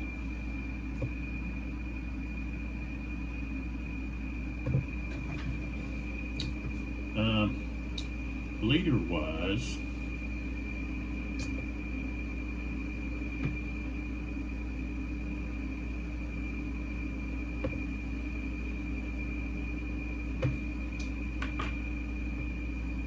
how come I don't have Ruffin? Jeez.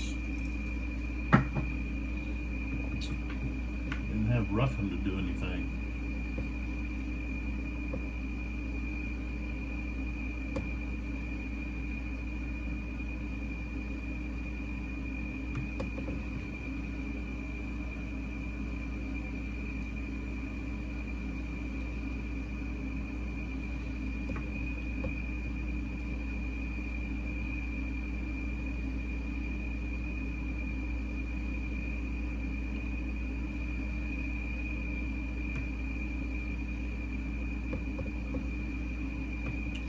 Can't believe I didn't have Ruffin in the cup.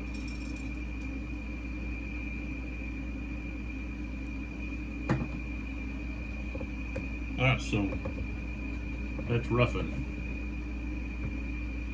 So let's move up here a little closer. So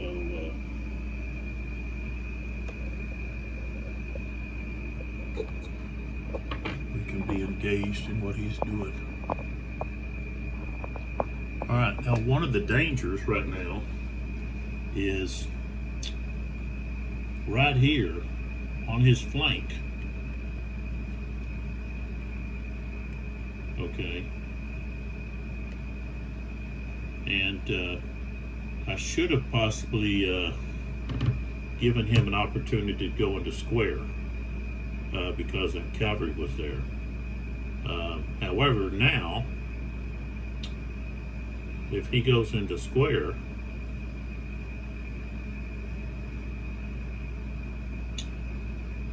which he is on the flank of the cavalry, and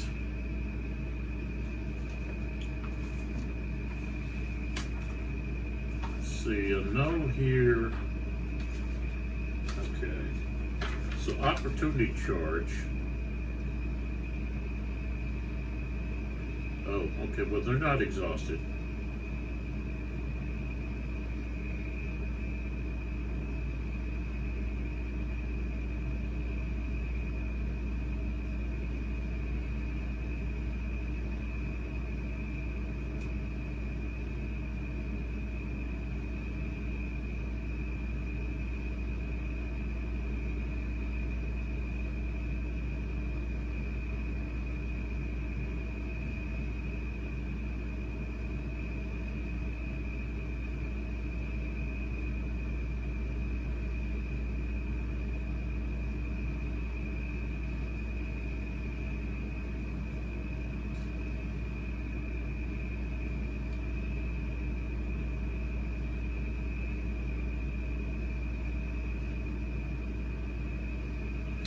However,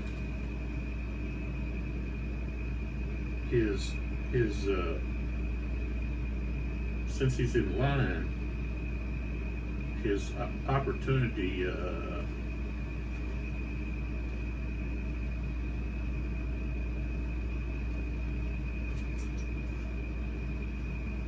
charge zone is only through his front hexes. So, this unit here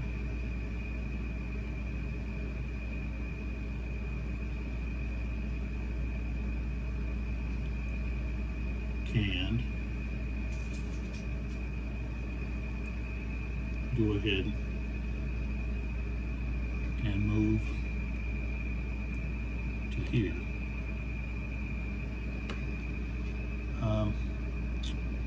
I'll tell you what, they're going to move to there. They want to attack here. So first off,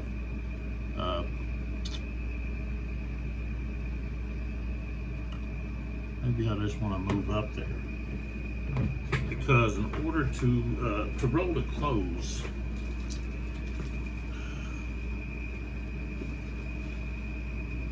is going to be not very easy. So that's going to be a -9.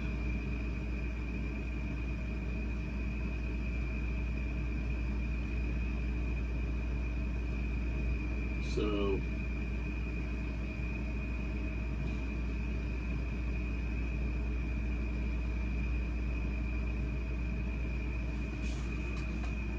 I think you're just really better off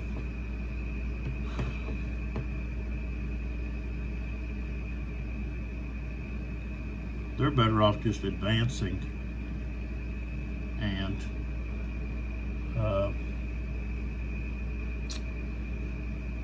so he's got 4.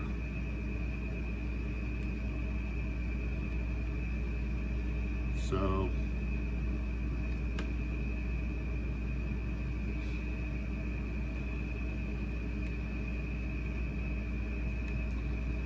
the other thing is this okay,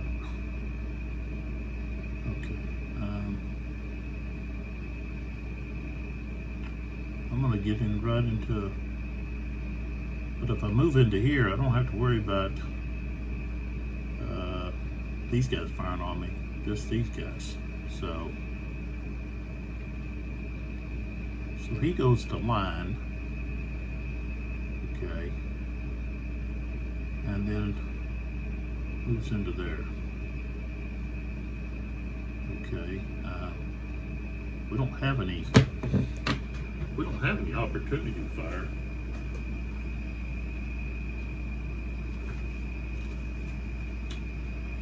So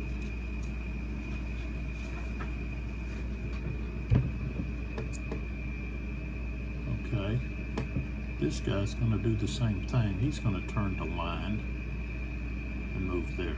So they're both in line. Okay. And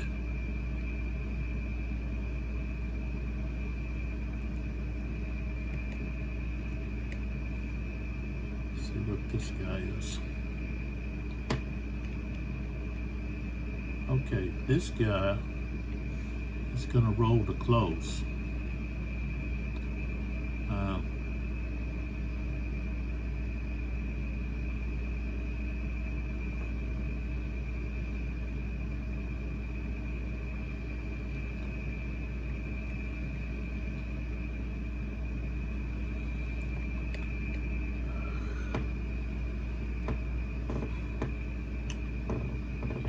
Target is here.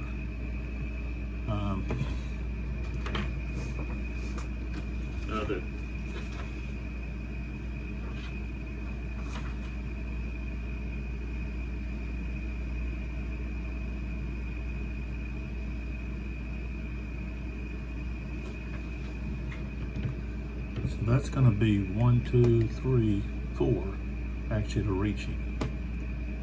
And his morale is 32. So he's going to roll to close.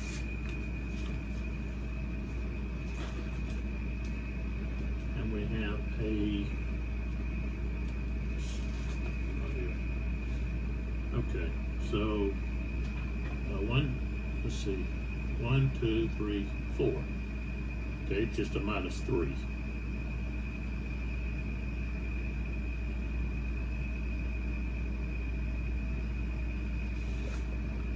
Now he'll be on higher ground. So that's -3, so we're at -6.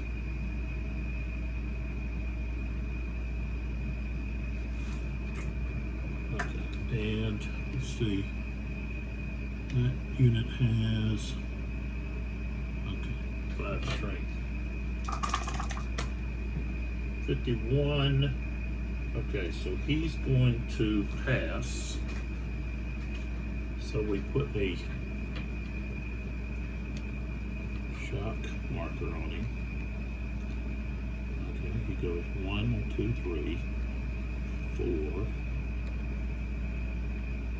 So that. And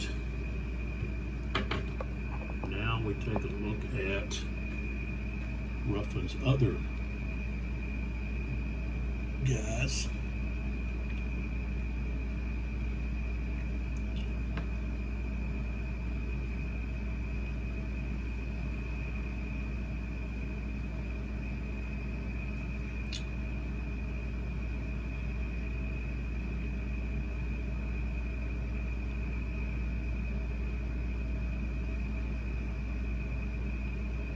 I think some of these guys not his. What happened here? Did I get some of them confused or something?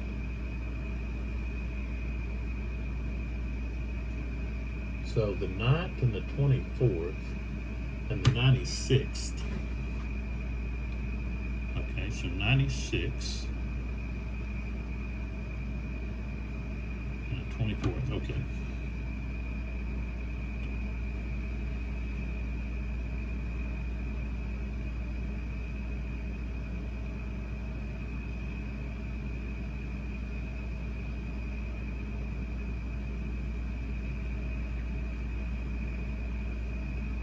Okay. So now we want to roll to close here, and our target's going to be that artillery unit.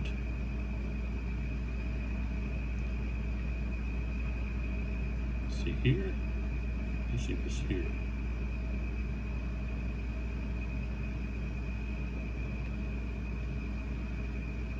Okay.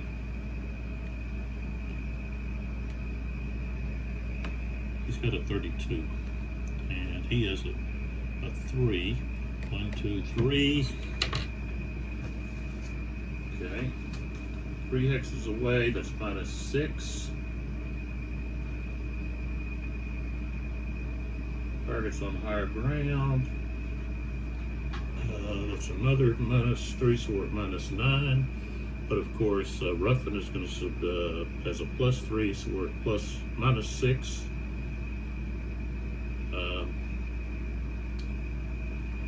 That artillery. Okay.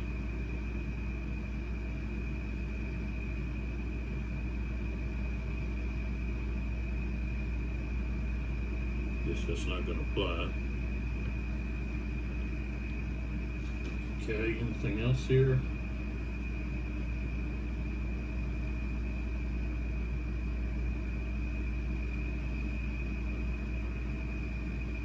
No. Okay, so we're going to have a minus, did I say -6? 41. It's probably not going to pass. Okay. So, -6. 1, 2, 3, 4, 5, 6. You have to have a 31. I think it's got a 32. Yeah, so he doesn't move. Okay, the unit behind has a 32. Let's see if he goes. 54. Yeah, he's gonna go. So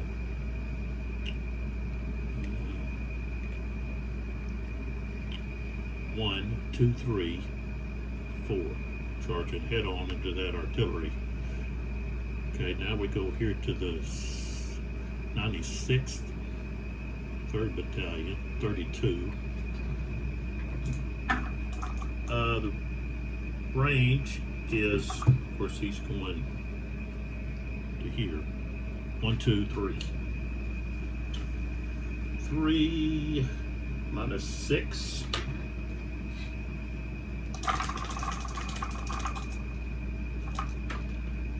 Oh, a 12, he didn't pass.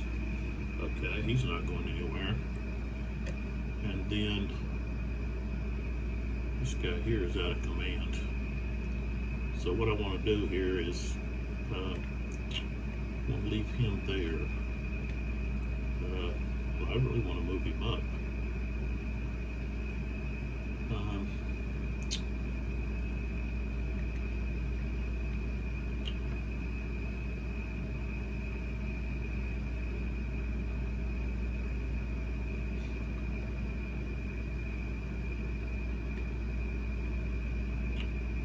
32, let's see if I can get him to move. 63, yeah. So he's going to move closer to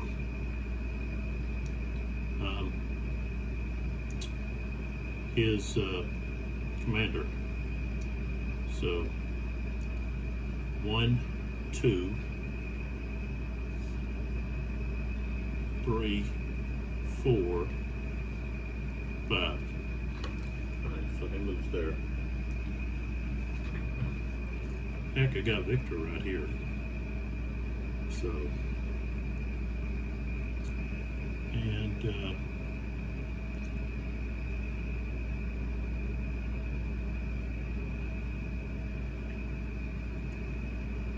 all right, so we've got 2 assaults. That's all we got out of this. All right, then the last shit that we got is the other end of turn. So now we're ready for the fire phase. So let's come over here to that.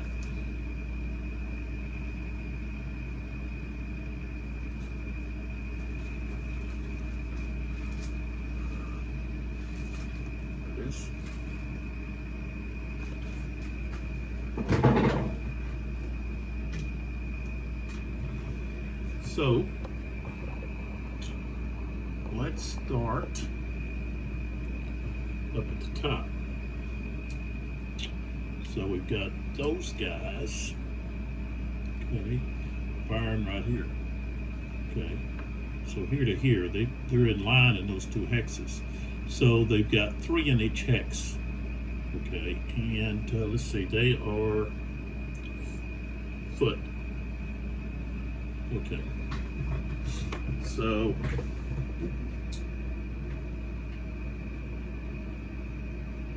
British foot in line times 4, so that's going to have a strength of 12, and they're in line.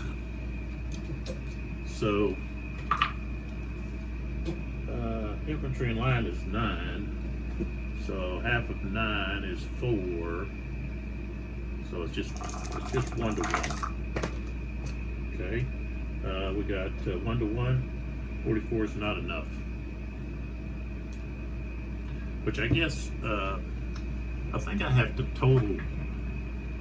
I've got to total the amount of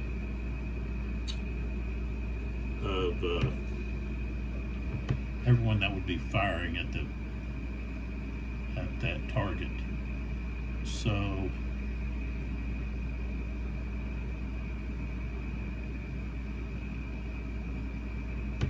I think when you have skirmishers that, let's see here, skirmishers, I think they can fire up to 3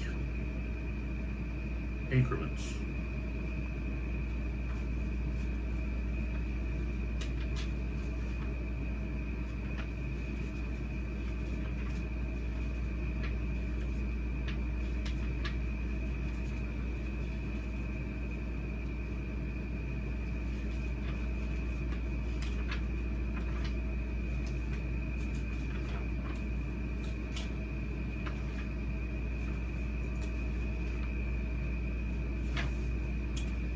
I gotta go way up here then.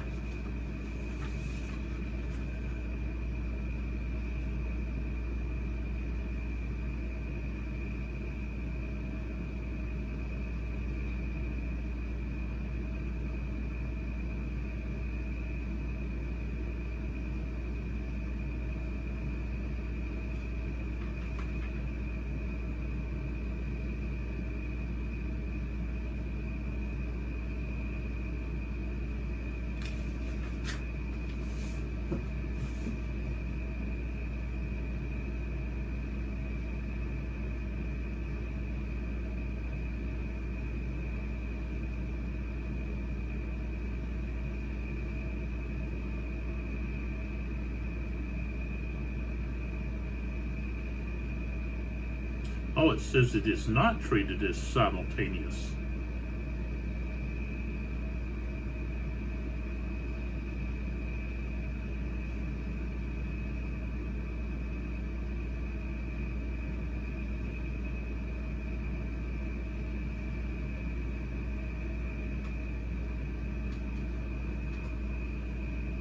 And a target may only once, maybe the target only once during a combat of few segment. So they've all got to combine.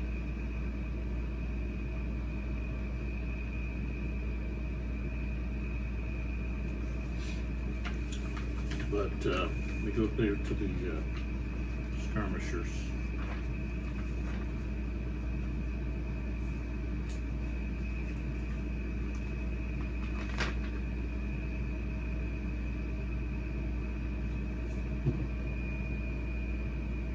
Yeah, so they can fire up to 3 increments from each hex they occupy. So, all right, so I would have to add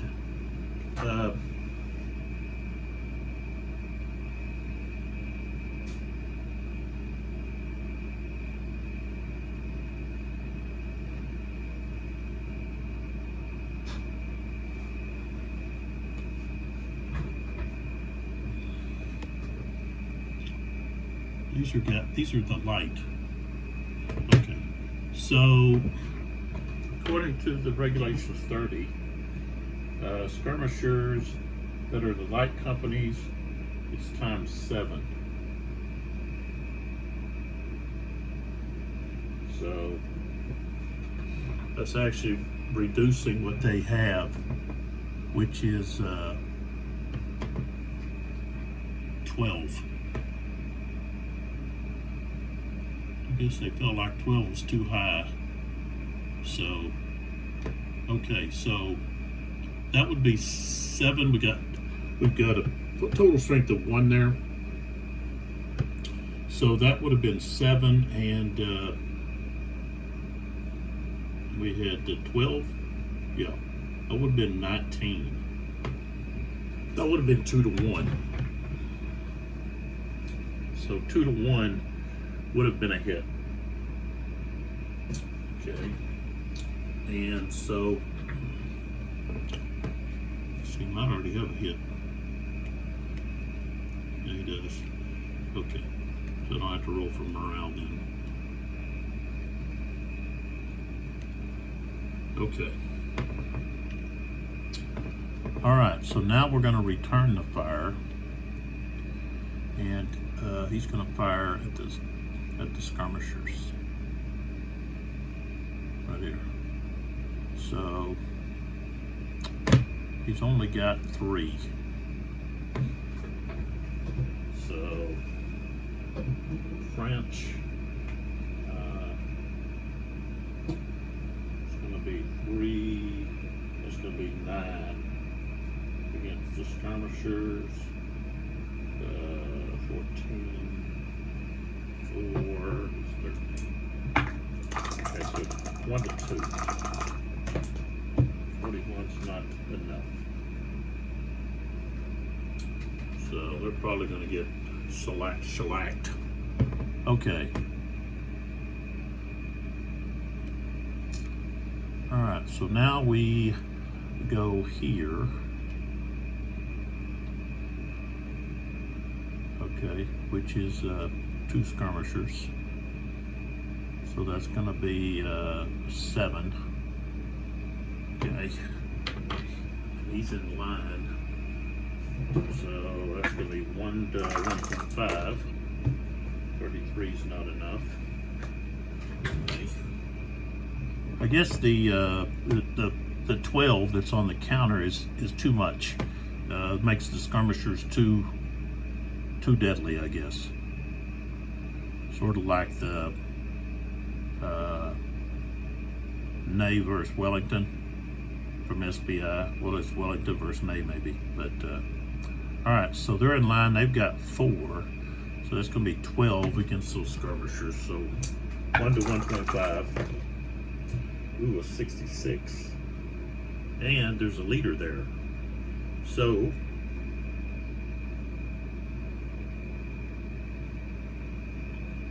we got to check the leader casualty chart. But there's a loss there. Well, that's going to be both of those skirmishers because they're worth half each. So they're both gone, and then we have to check the leader heel there. Okay. So I'll put these over here. Yeah, should be there. I'll find out where they belong. Well, I'll see there where this one goes. This one here, though. I guess he belongs somewhere else.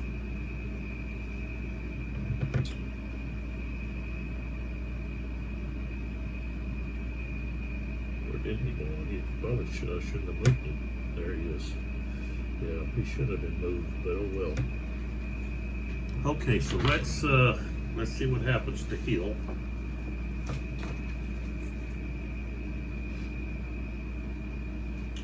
Oh, it's in here somewhere.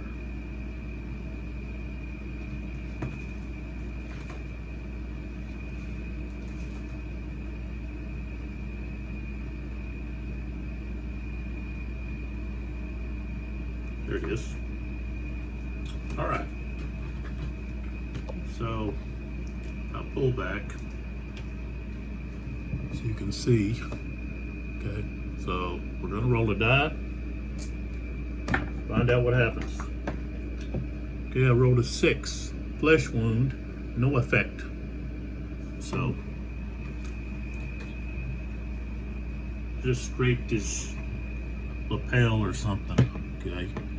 So we're going to put him back there. Okay. Now, yeah, these guys here should be in line.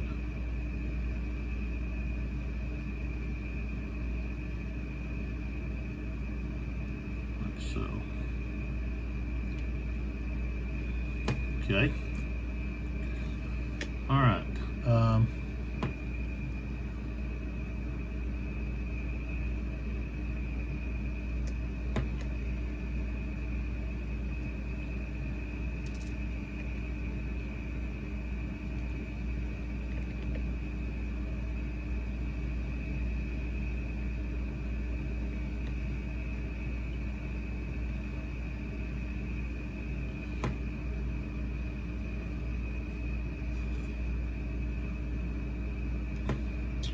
I'm going to fire this artillery with these horses, cavalry.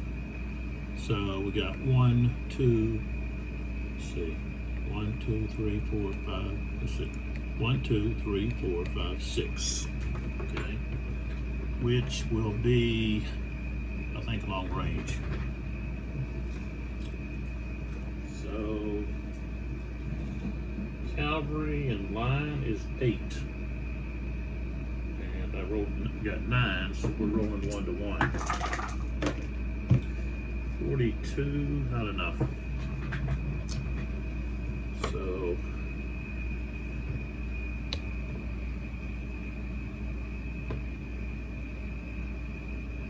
okay. Now this artillery unit Victor actually, let's see, what is that, 3? I think he gets a 3 bonus. I'm going to fire right here. So, let's see here. I think he gives a 3 bonus.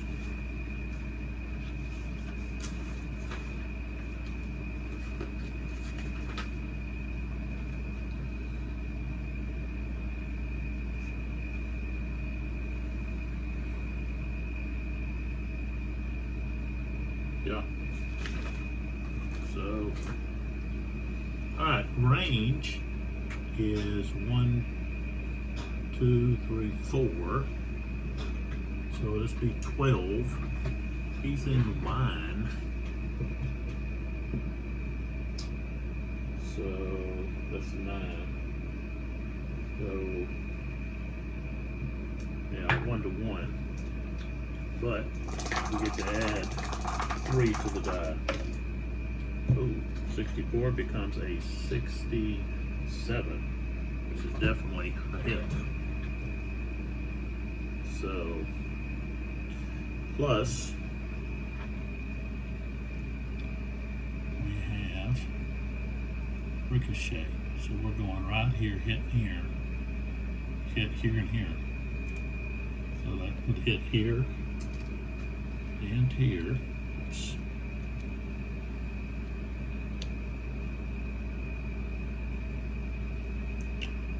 And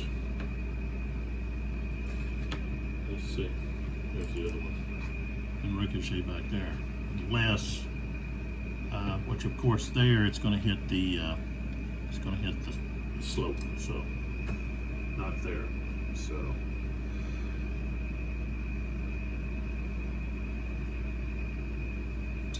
all right, so this unit takes a hit.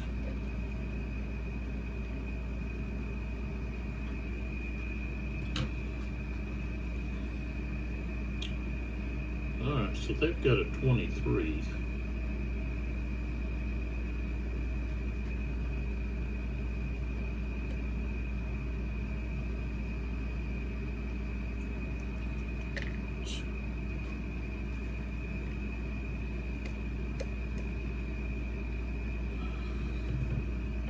Okay, let's roll for their morale. Okay, they passed with a 64. Okay, so now we're going to the, going right here. This unit here is prone.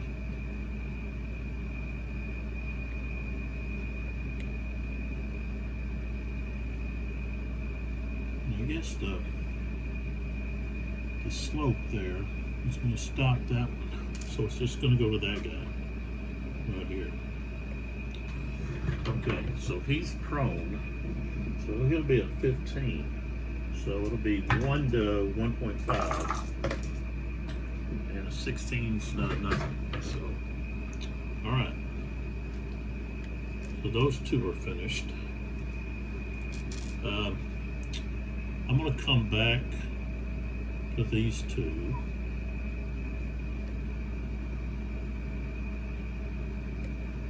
After I finish everybody else. Okay, so this artillery unit here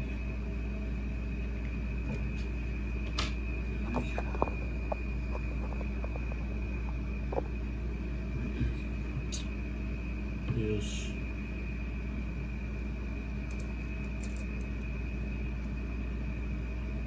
gonna fire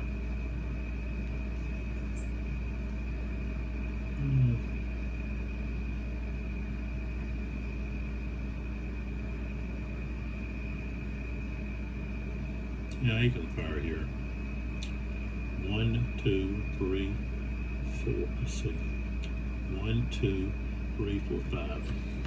So it's a 5. So he's going to have a strength of 10 in column. 1.5 to 1. Okay. 52 is a hit. All right.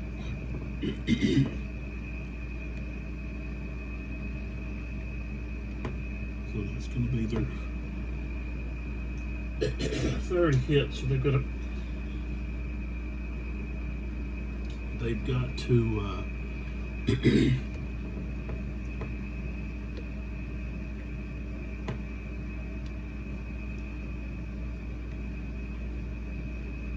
roll 32 morale, and he's got +3. Okay, and what size is he?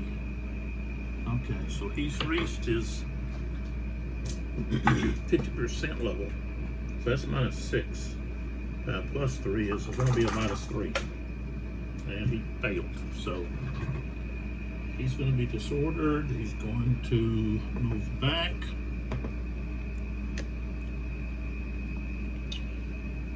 One, two, three, 4.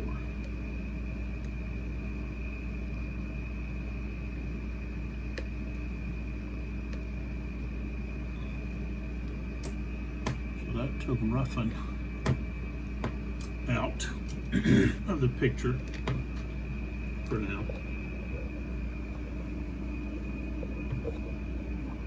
All right, so now let's go to, like I said, I'm saving these guys here for later. All right, we've got this artillery. We're going to fire here. So 1, 2, let's see, 1, 2, 3, 4, 12. And he's in line, so that's 9.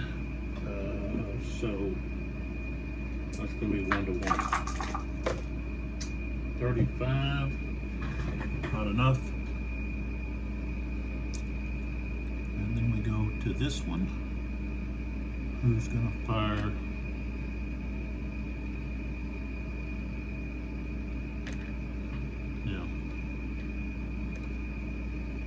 there. So 1, 2, 3, 4, that's going to be 12. He's in skirmish, so 14. So that's 1 to 1.5. 52. Not enough. Okay. And let's see the other artillery.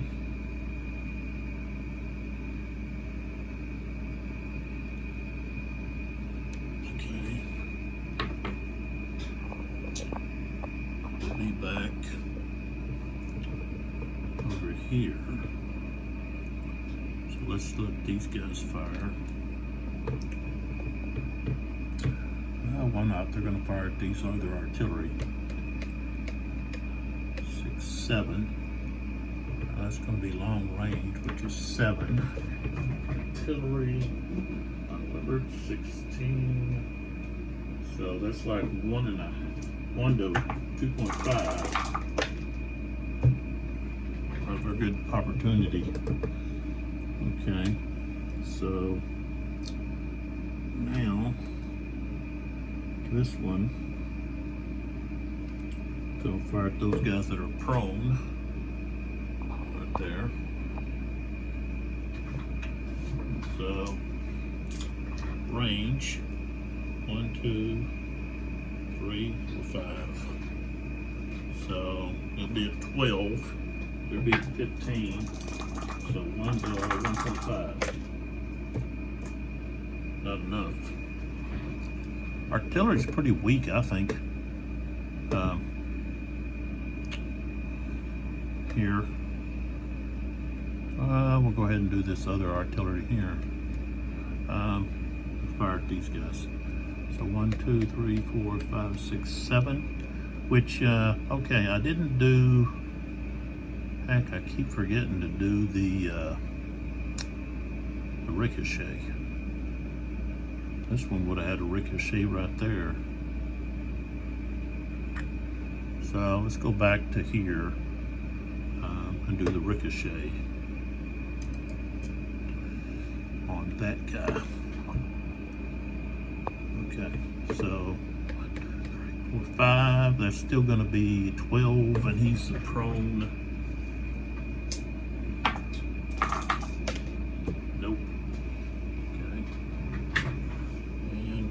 his range is 10. 1, 2, 3, 4, 5, 6, 7, 8, 9, 10, 11, 12.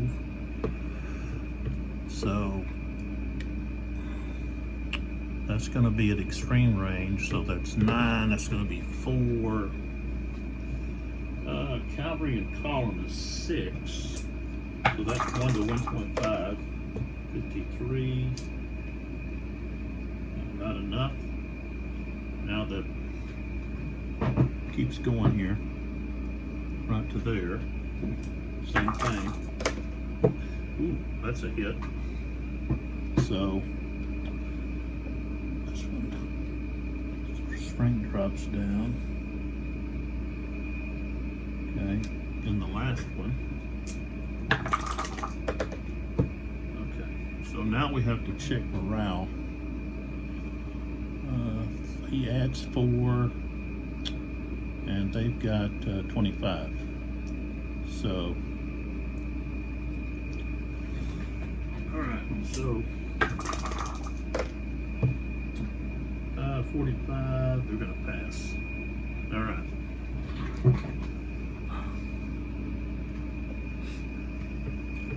So,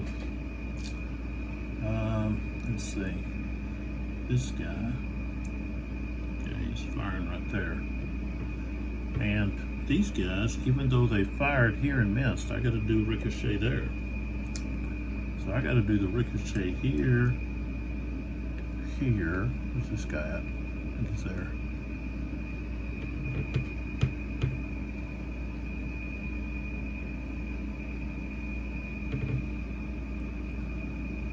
Okay, so 1, 2, 3, 4, 5, 6, 7, 8, 9. Okay, so the first one will be 8 to 6.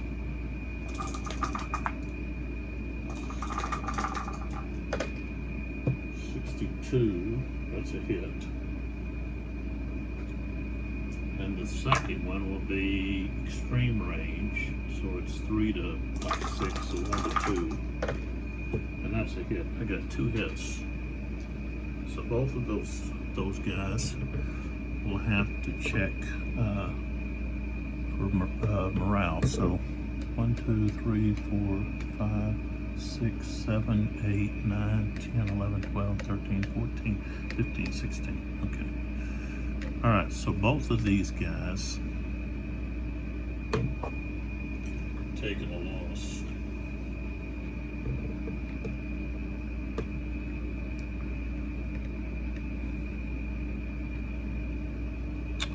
Okay, so he's got 31, 36. All right, so the first one had 31. Of course, he didn't pass. He's going to be disordered. The next one, I rolled 2 16s, so they're both going to disorder.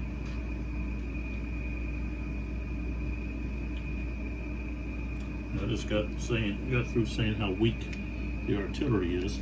Seems like the ricochet fire is what's doing all the damage. So 1, 2. Let's see. Well, just got yeah. 1, 2, 3, 4.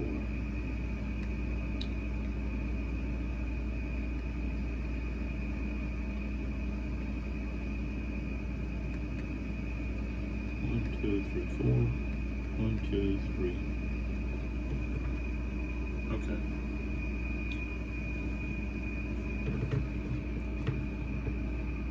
All right, let's go back to the fire now. We had here to here. Okay. So we got 12 to 15. 12. That's 3. That's not enough. So that's a miss. It's not going to hit anything behind.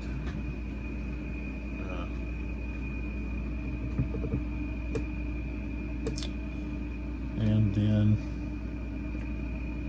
this one.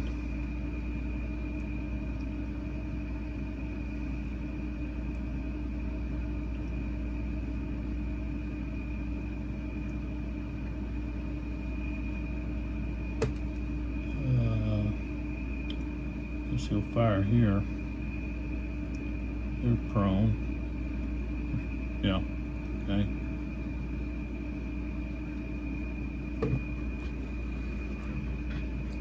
Range 1, 2, 3, 4, 5, 6, 7. So it's going to be 9, 15. So that's 6. 1, 2. 52 is not enough. Okay. All right, so they're finished. No ricochet there. And then we do have this artillery unit here.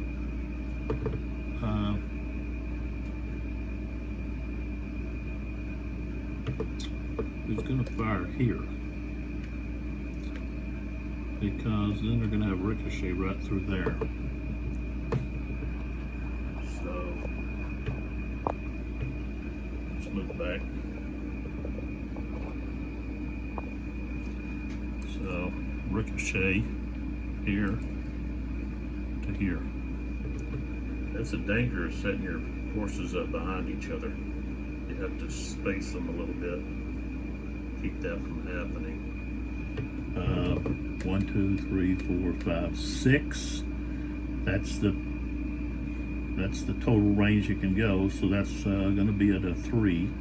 But when they're in column, you still got you got the chance. Got to get in the 60s. 52 is not enough. Okay, then when we go to the next one, that's going to be extreme. So half of 3 is 1.5.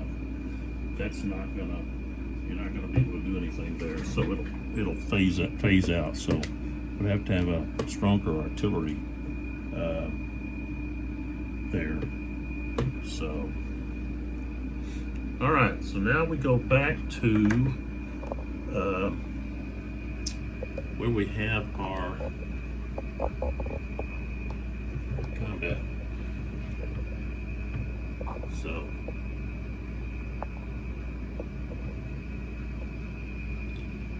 Okay, so they're gonna get the fire.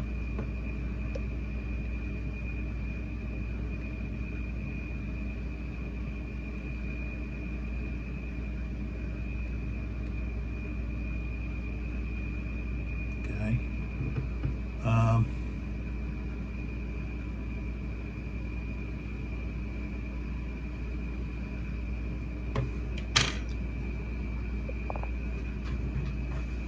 Gotta plug my phone in. I'm running out of juice.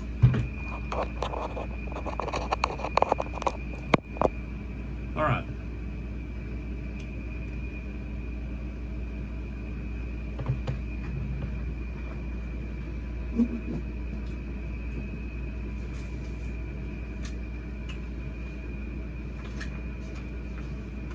I think the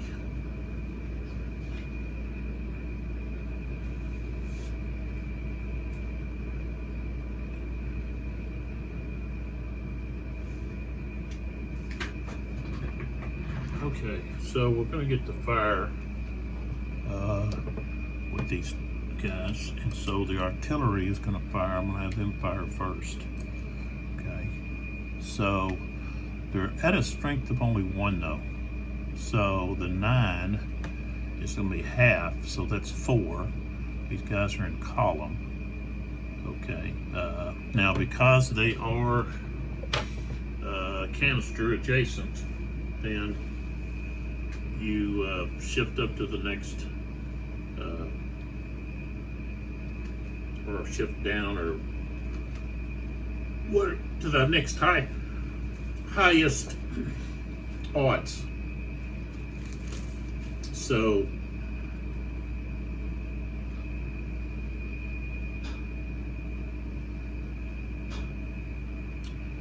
So we've got 4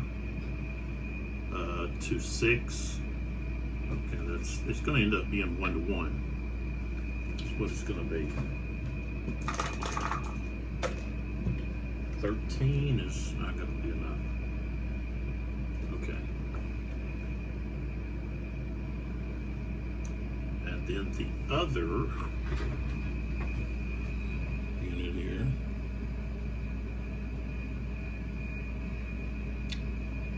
is 5, but they can only fire.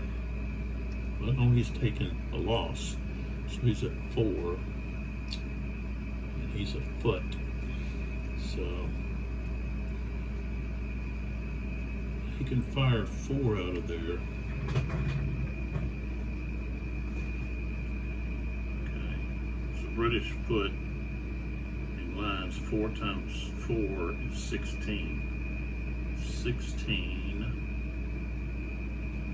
Okay, so that's going to be, it's going to be, let's see, well, it's going to be 2.5 to 1. 26, okay, that's barely a hit, but it is a hit. Ouch. So,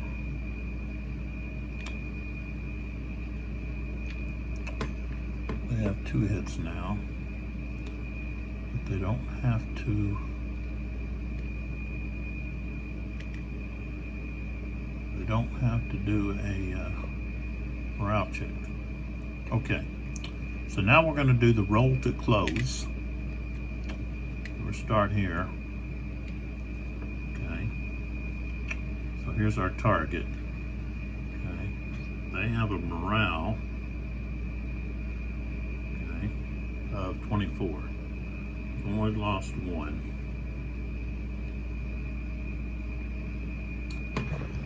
Okay, so the stand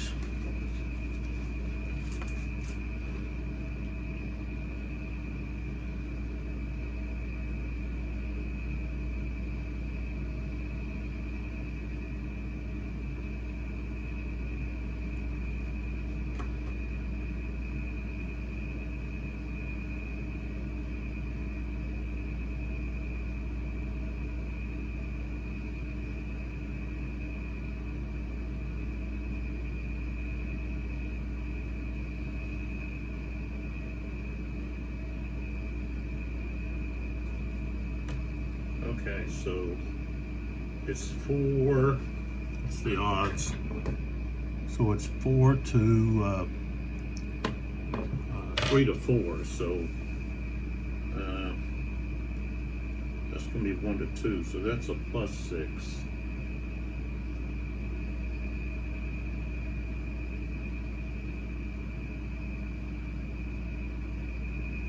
Okay, so we've got a +6.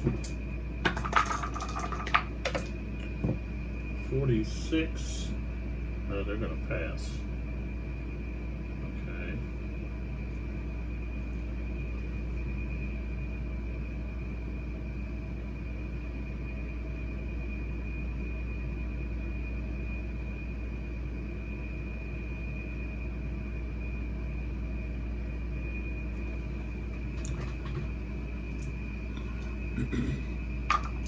And we'll deal with what happened there as a result of that pass. But let's now go ahead and check this one while we're sitting here.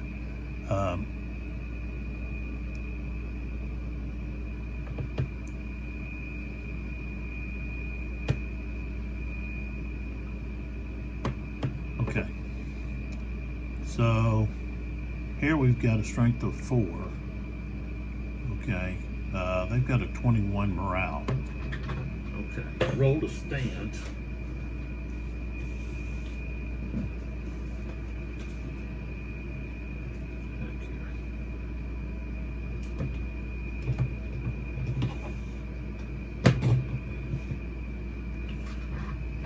Okay, roll to stand.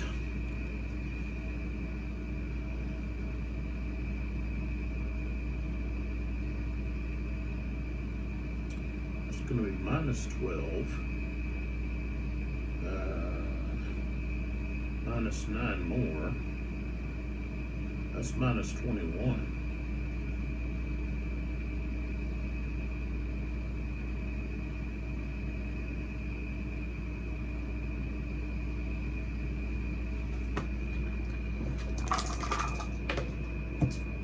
They are going to fail.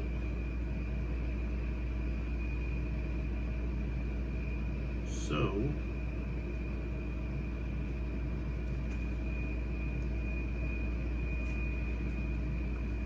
they are just overrun.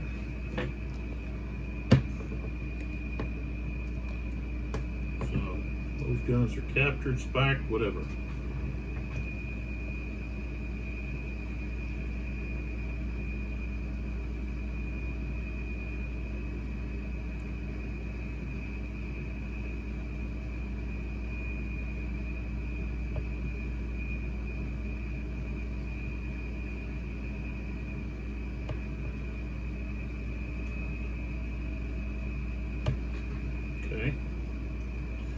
And of course they move in there.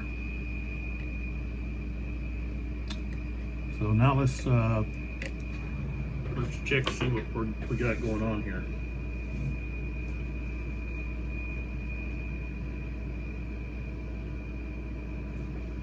Okay, now with regulation 22, if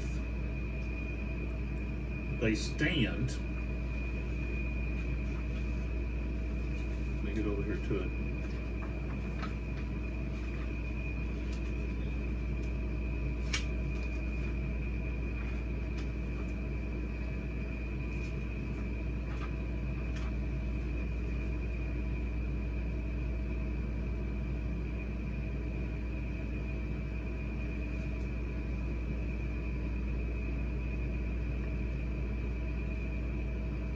Combat units that successfully rolled a stand are said to stand in the face of an assault.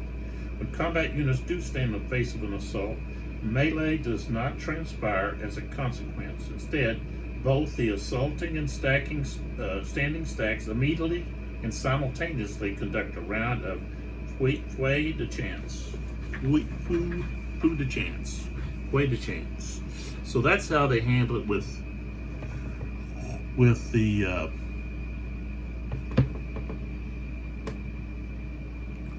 other.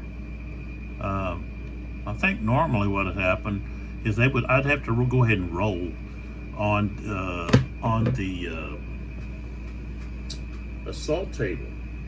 They would be the artillery. They would stay in that hex and just be disordered, and then we go ahead and do the assault, which I can do that. But over here, okay, we're going to have these two are going to exchange fire, okay, simultaneously. So they're in column. So they're going to have a 6. These guys are in line. So yeah, that's going to be the 16, I guess. All right, so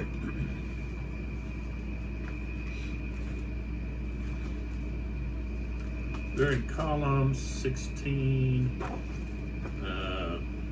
2 is 12. That's going to be 2.5 to 1. 26. Okay, that's going to be a hit. And then 6 against line.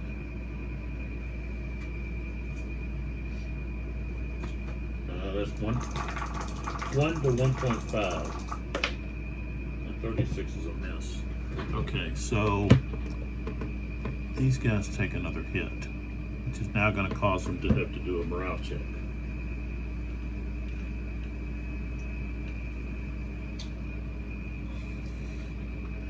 Not only that, what do I do with them? Oh, right here. Not only that, they've lost more than half or more of their total increments. So that's a -6. So 55. They're gonna pass. Yeah. Okay, so they pass. Stay put. All right. Well, now think. So I would put this artillery back.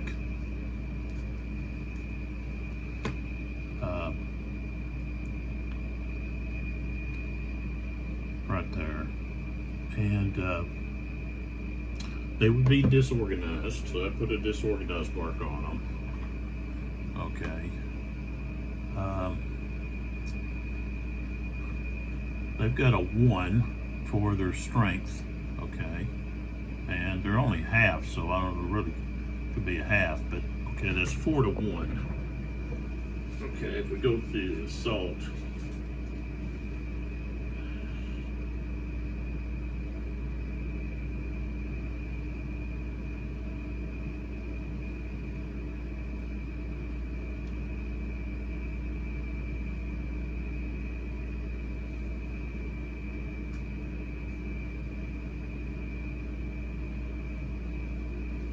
it's going to end up being 5 to 1. Okay, by the time we have all the modifiers, there's a lot of modifiers. So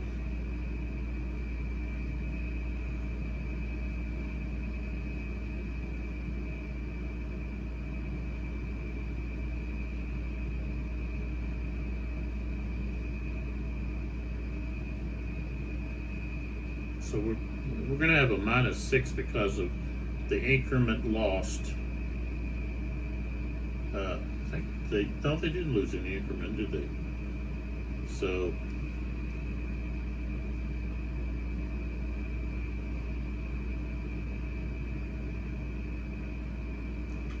well, I guess the defense, you roll a die for the defense. Melee defensive column chart.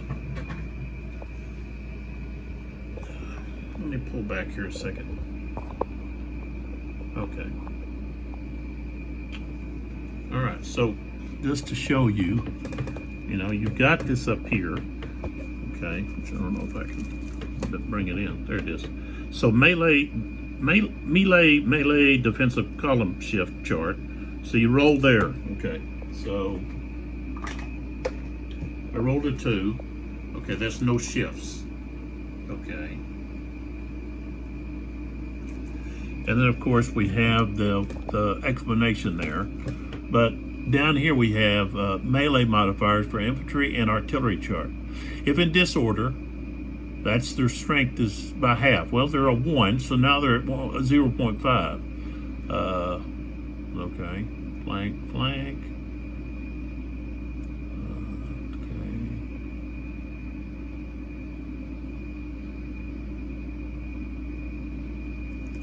Okay.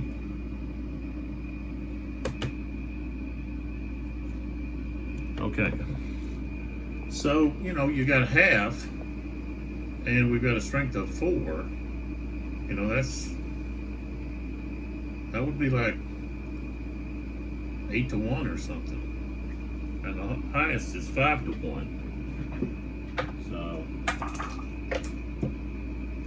13, is, you're going to lose 1. And then you're going to rout. Well, they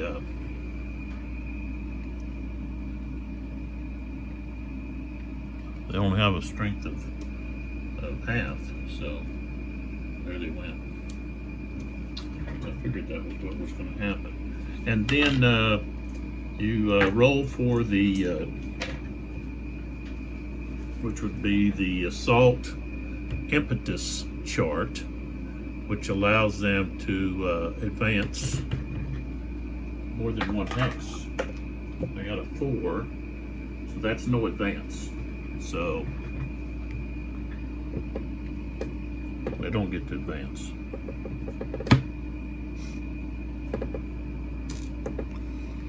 All right.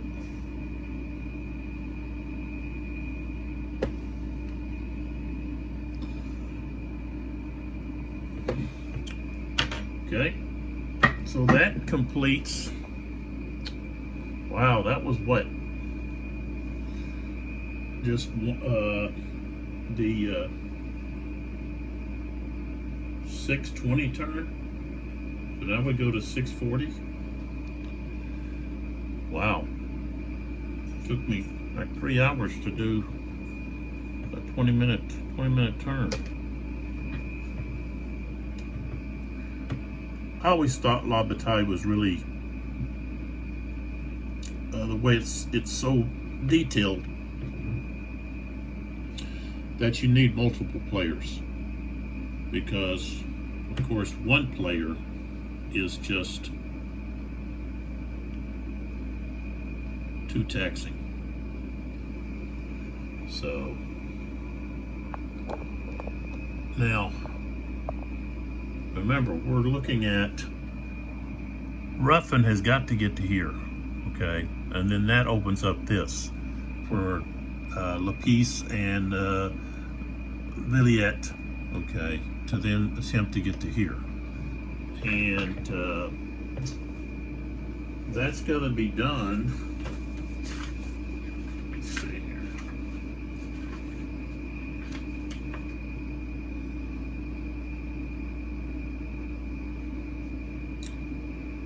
Okay.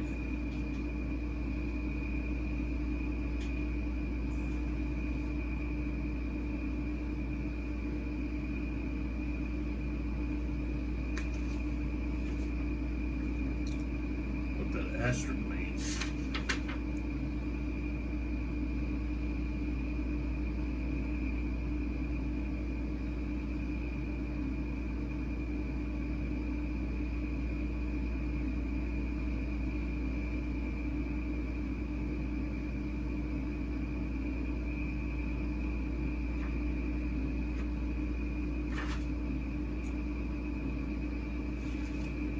But anyways, so it says it ending with the 9 a.m. turn. So, you know, Ruffin still has time, but he's going to have some help because this cavalry is going to turn on him.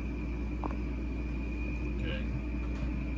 Once they can recover. And if they don't do anything, they're going to recover fully. So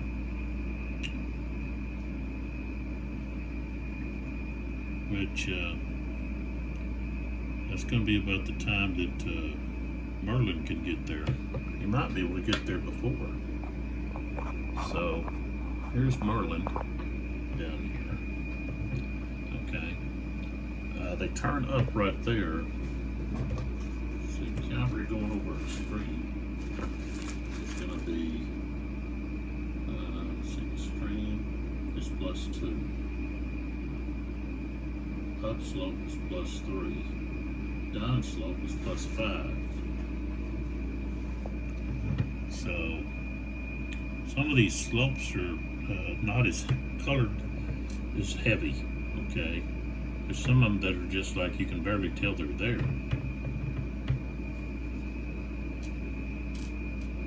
So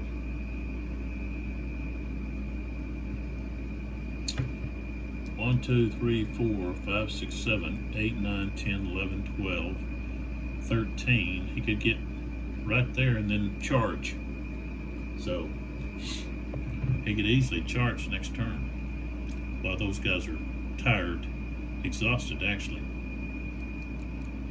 so they wouldn't be able to reaction charge. And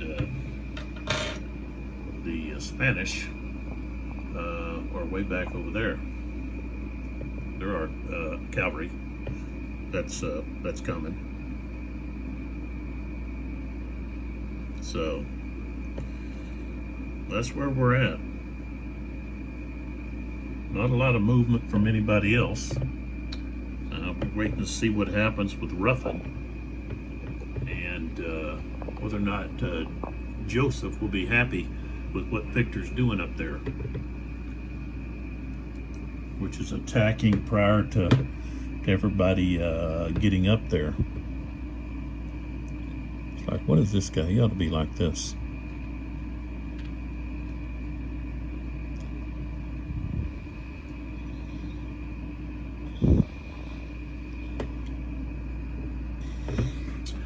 All right, well, I'm going to stop there. This is already 3 hours, so I'm going to stop there, and we'll pick up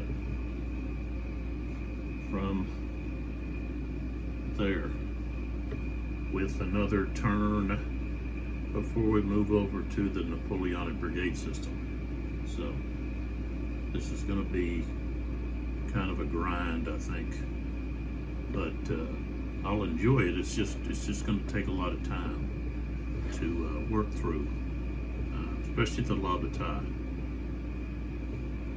So there's, of course, you're at a much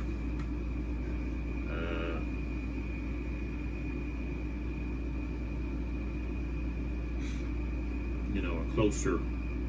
You're basically almost into the trenches there. Where the blood and sweat and everything's slinging around, and you're catching some of it. That's how close you are.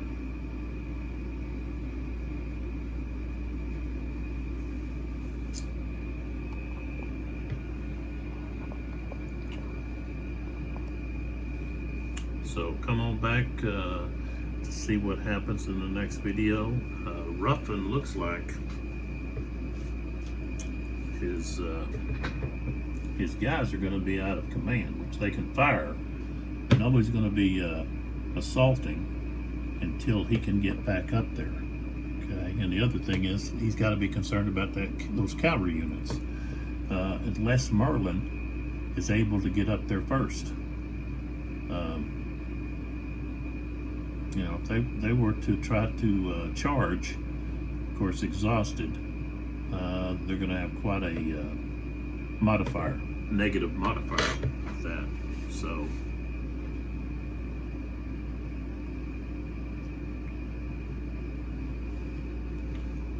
everybody else is waiting to see what Ruffin's able to do. It seems to me it would make sense to, if you're going to attack up there, that you're attacking other places as well. But you don't want some of these reserves to move over here to block there, I guess, unless that's your plan, to pull them over there. It seems like to me you'd want to maybe, well, I mean, trying to get around the flank there is one thing, but your cavalry, of course, didn't perform very well over there. Maybe Merlin can make a difference, with his light cavalry. Really need heavy cavalry over there to have an advantage against that light, but of course the light would be able to retreat. But of course they're gonna end up possibly having to run way around back here in the back somewhere, which will expose the French infantry. So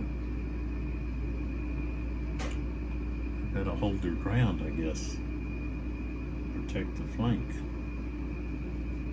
So that's why Albuquerque's heading that way. So come back, see what happens in the next video.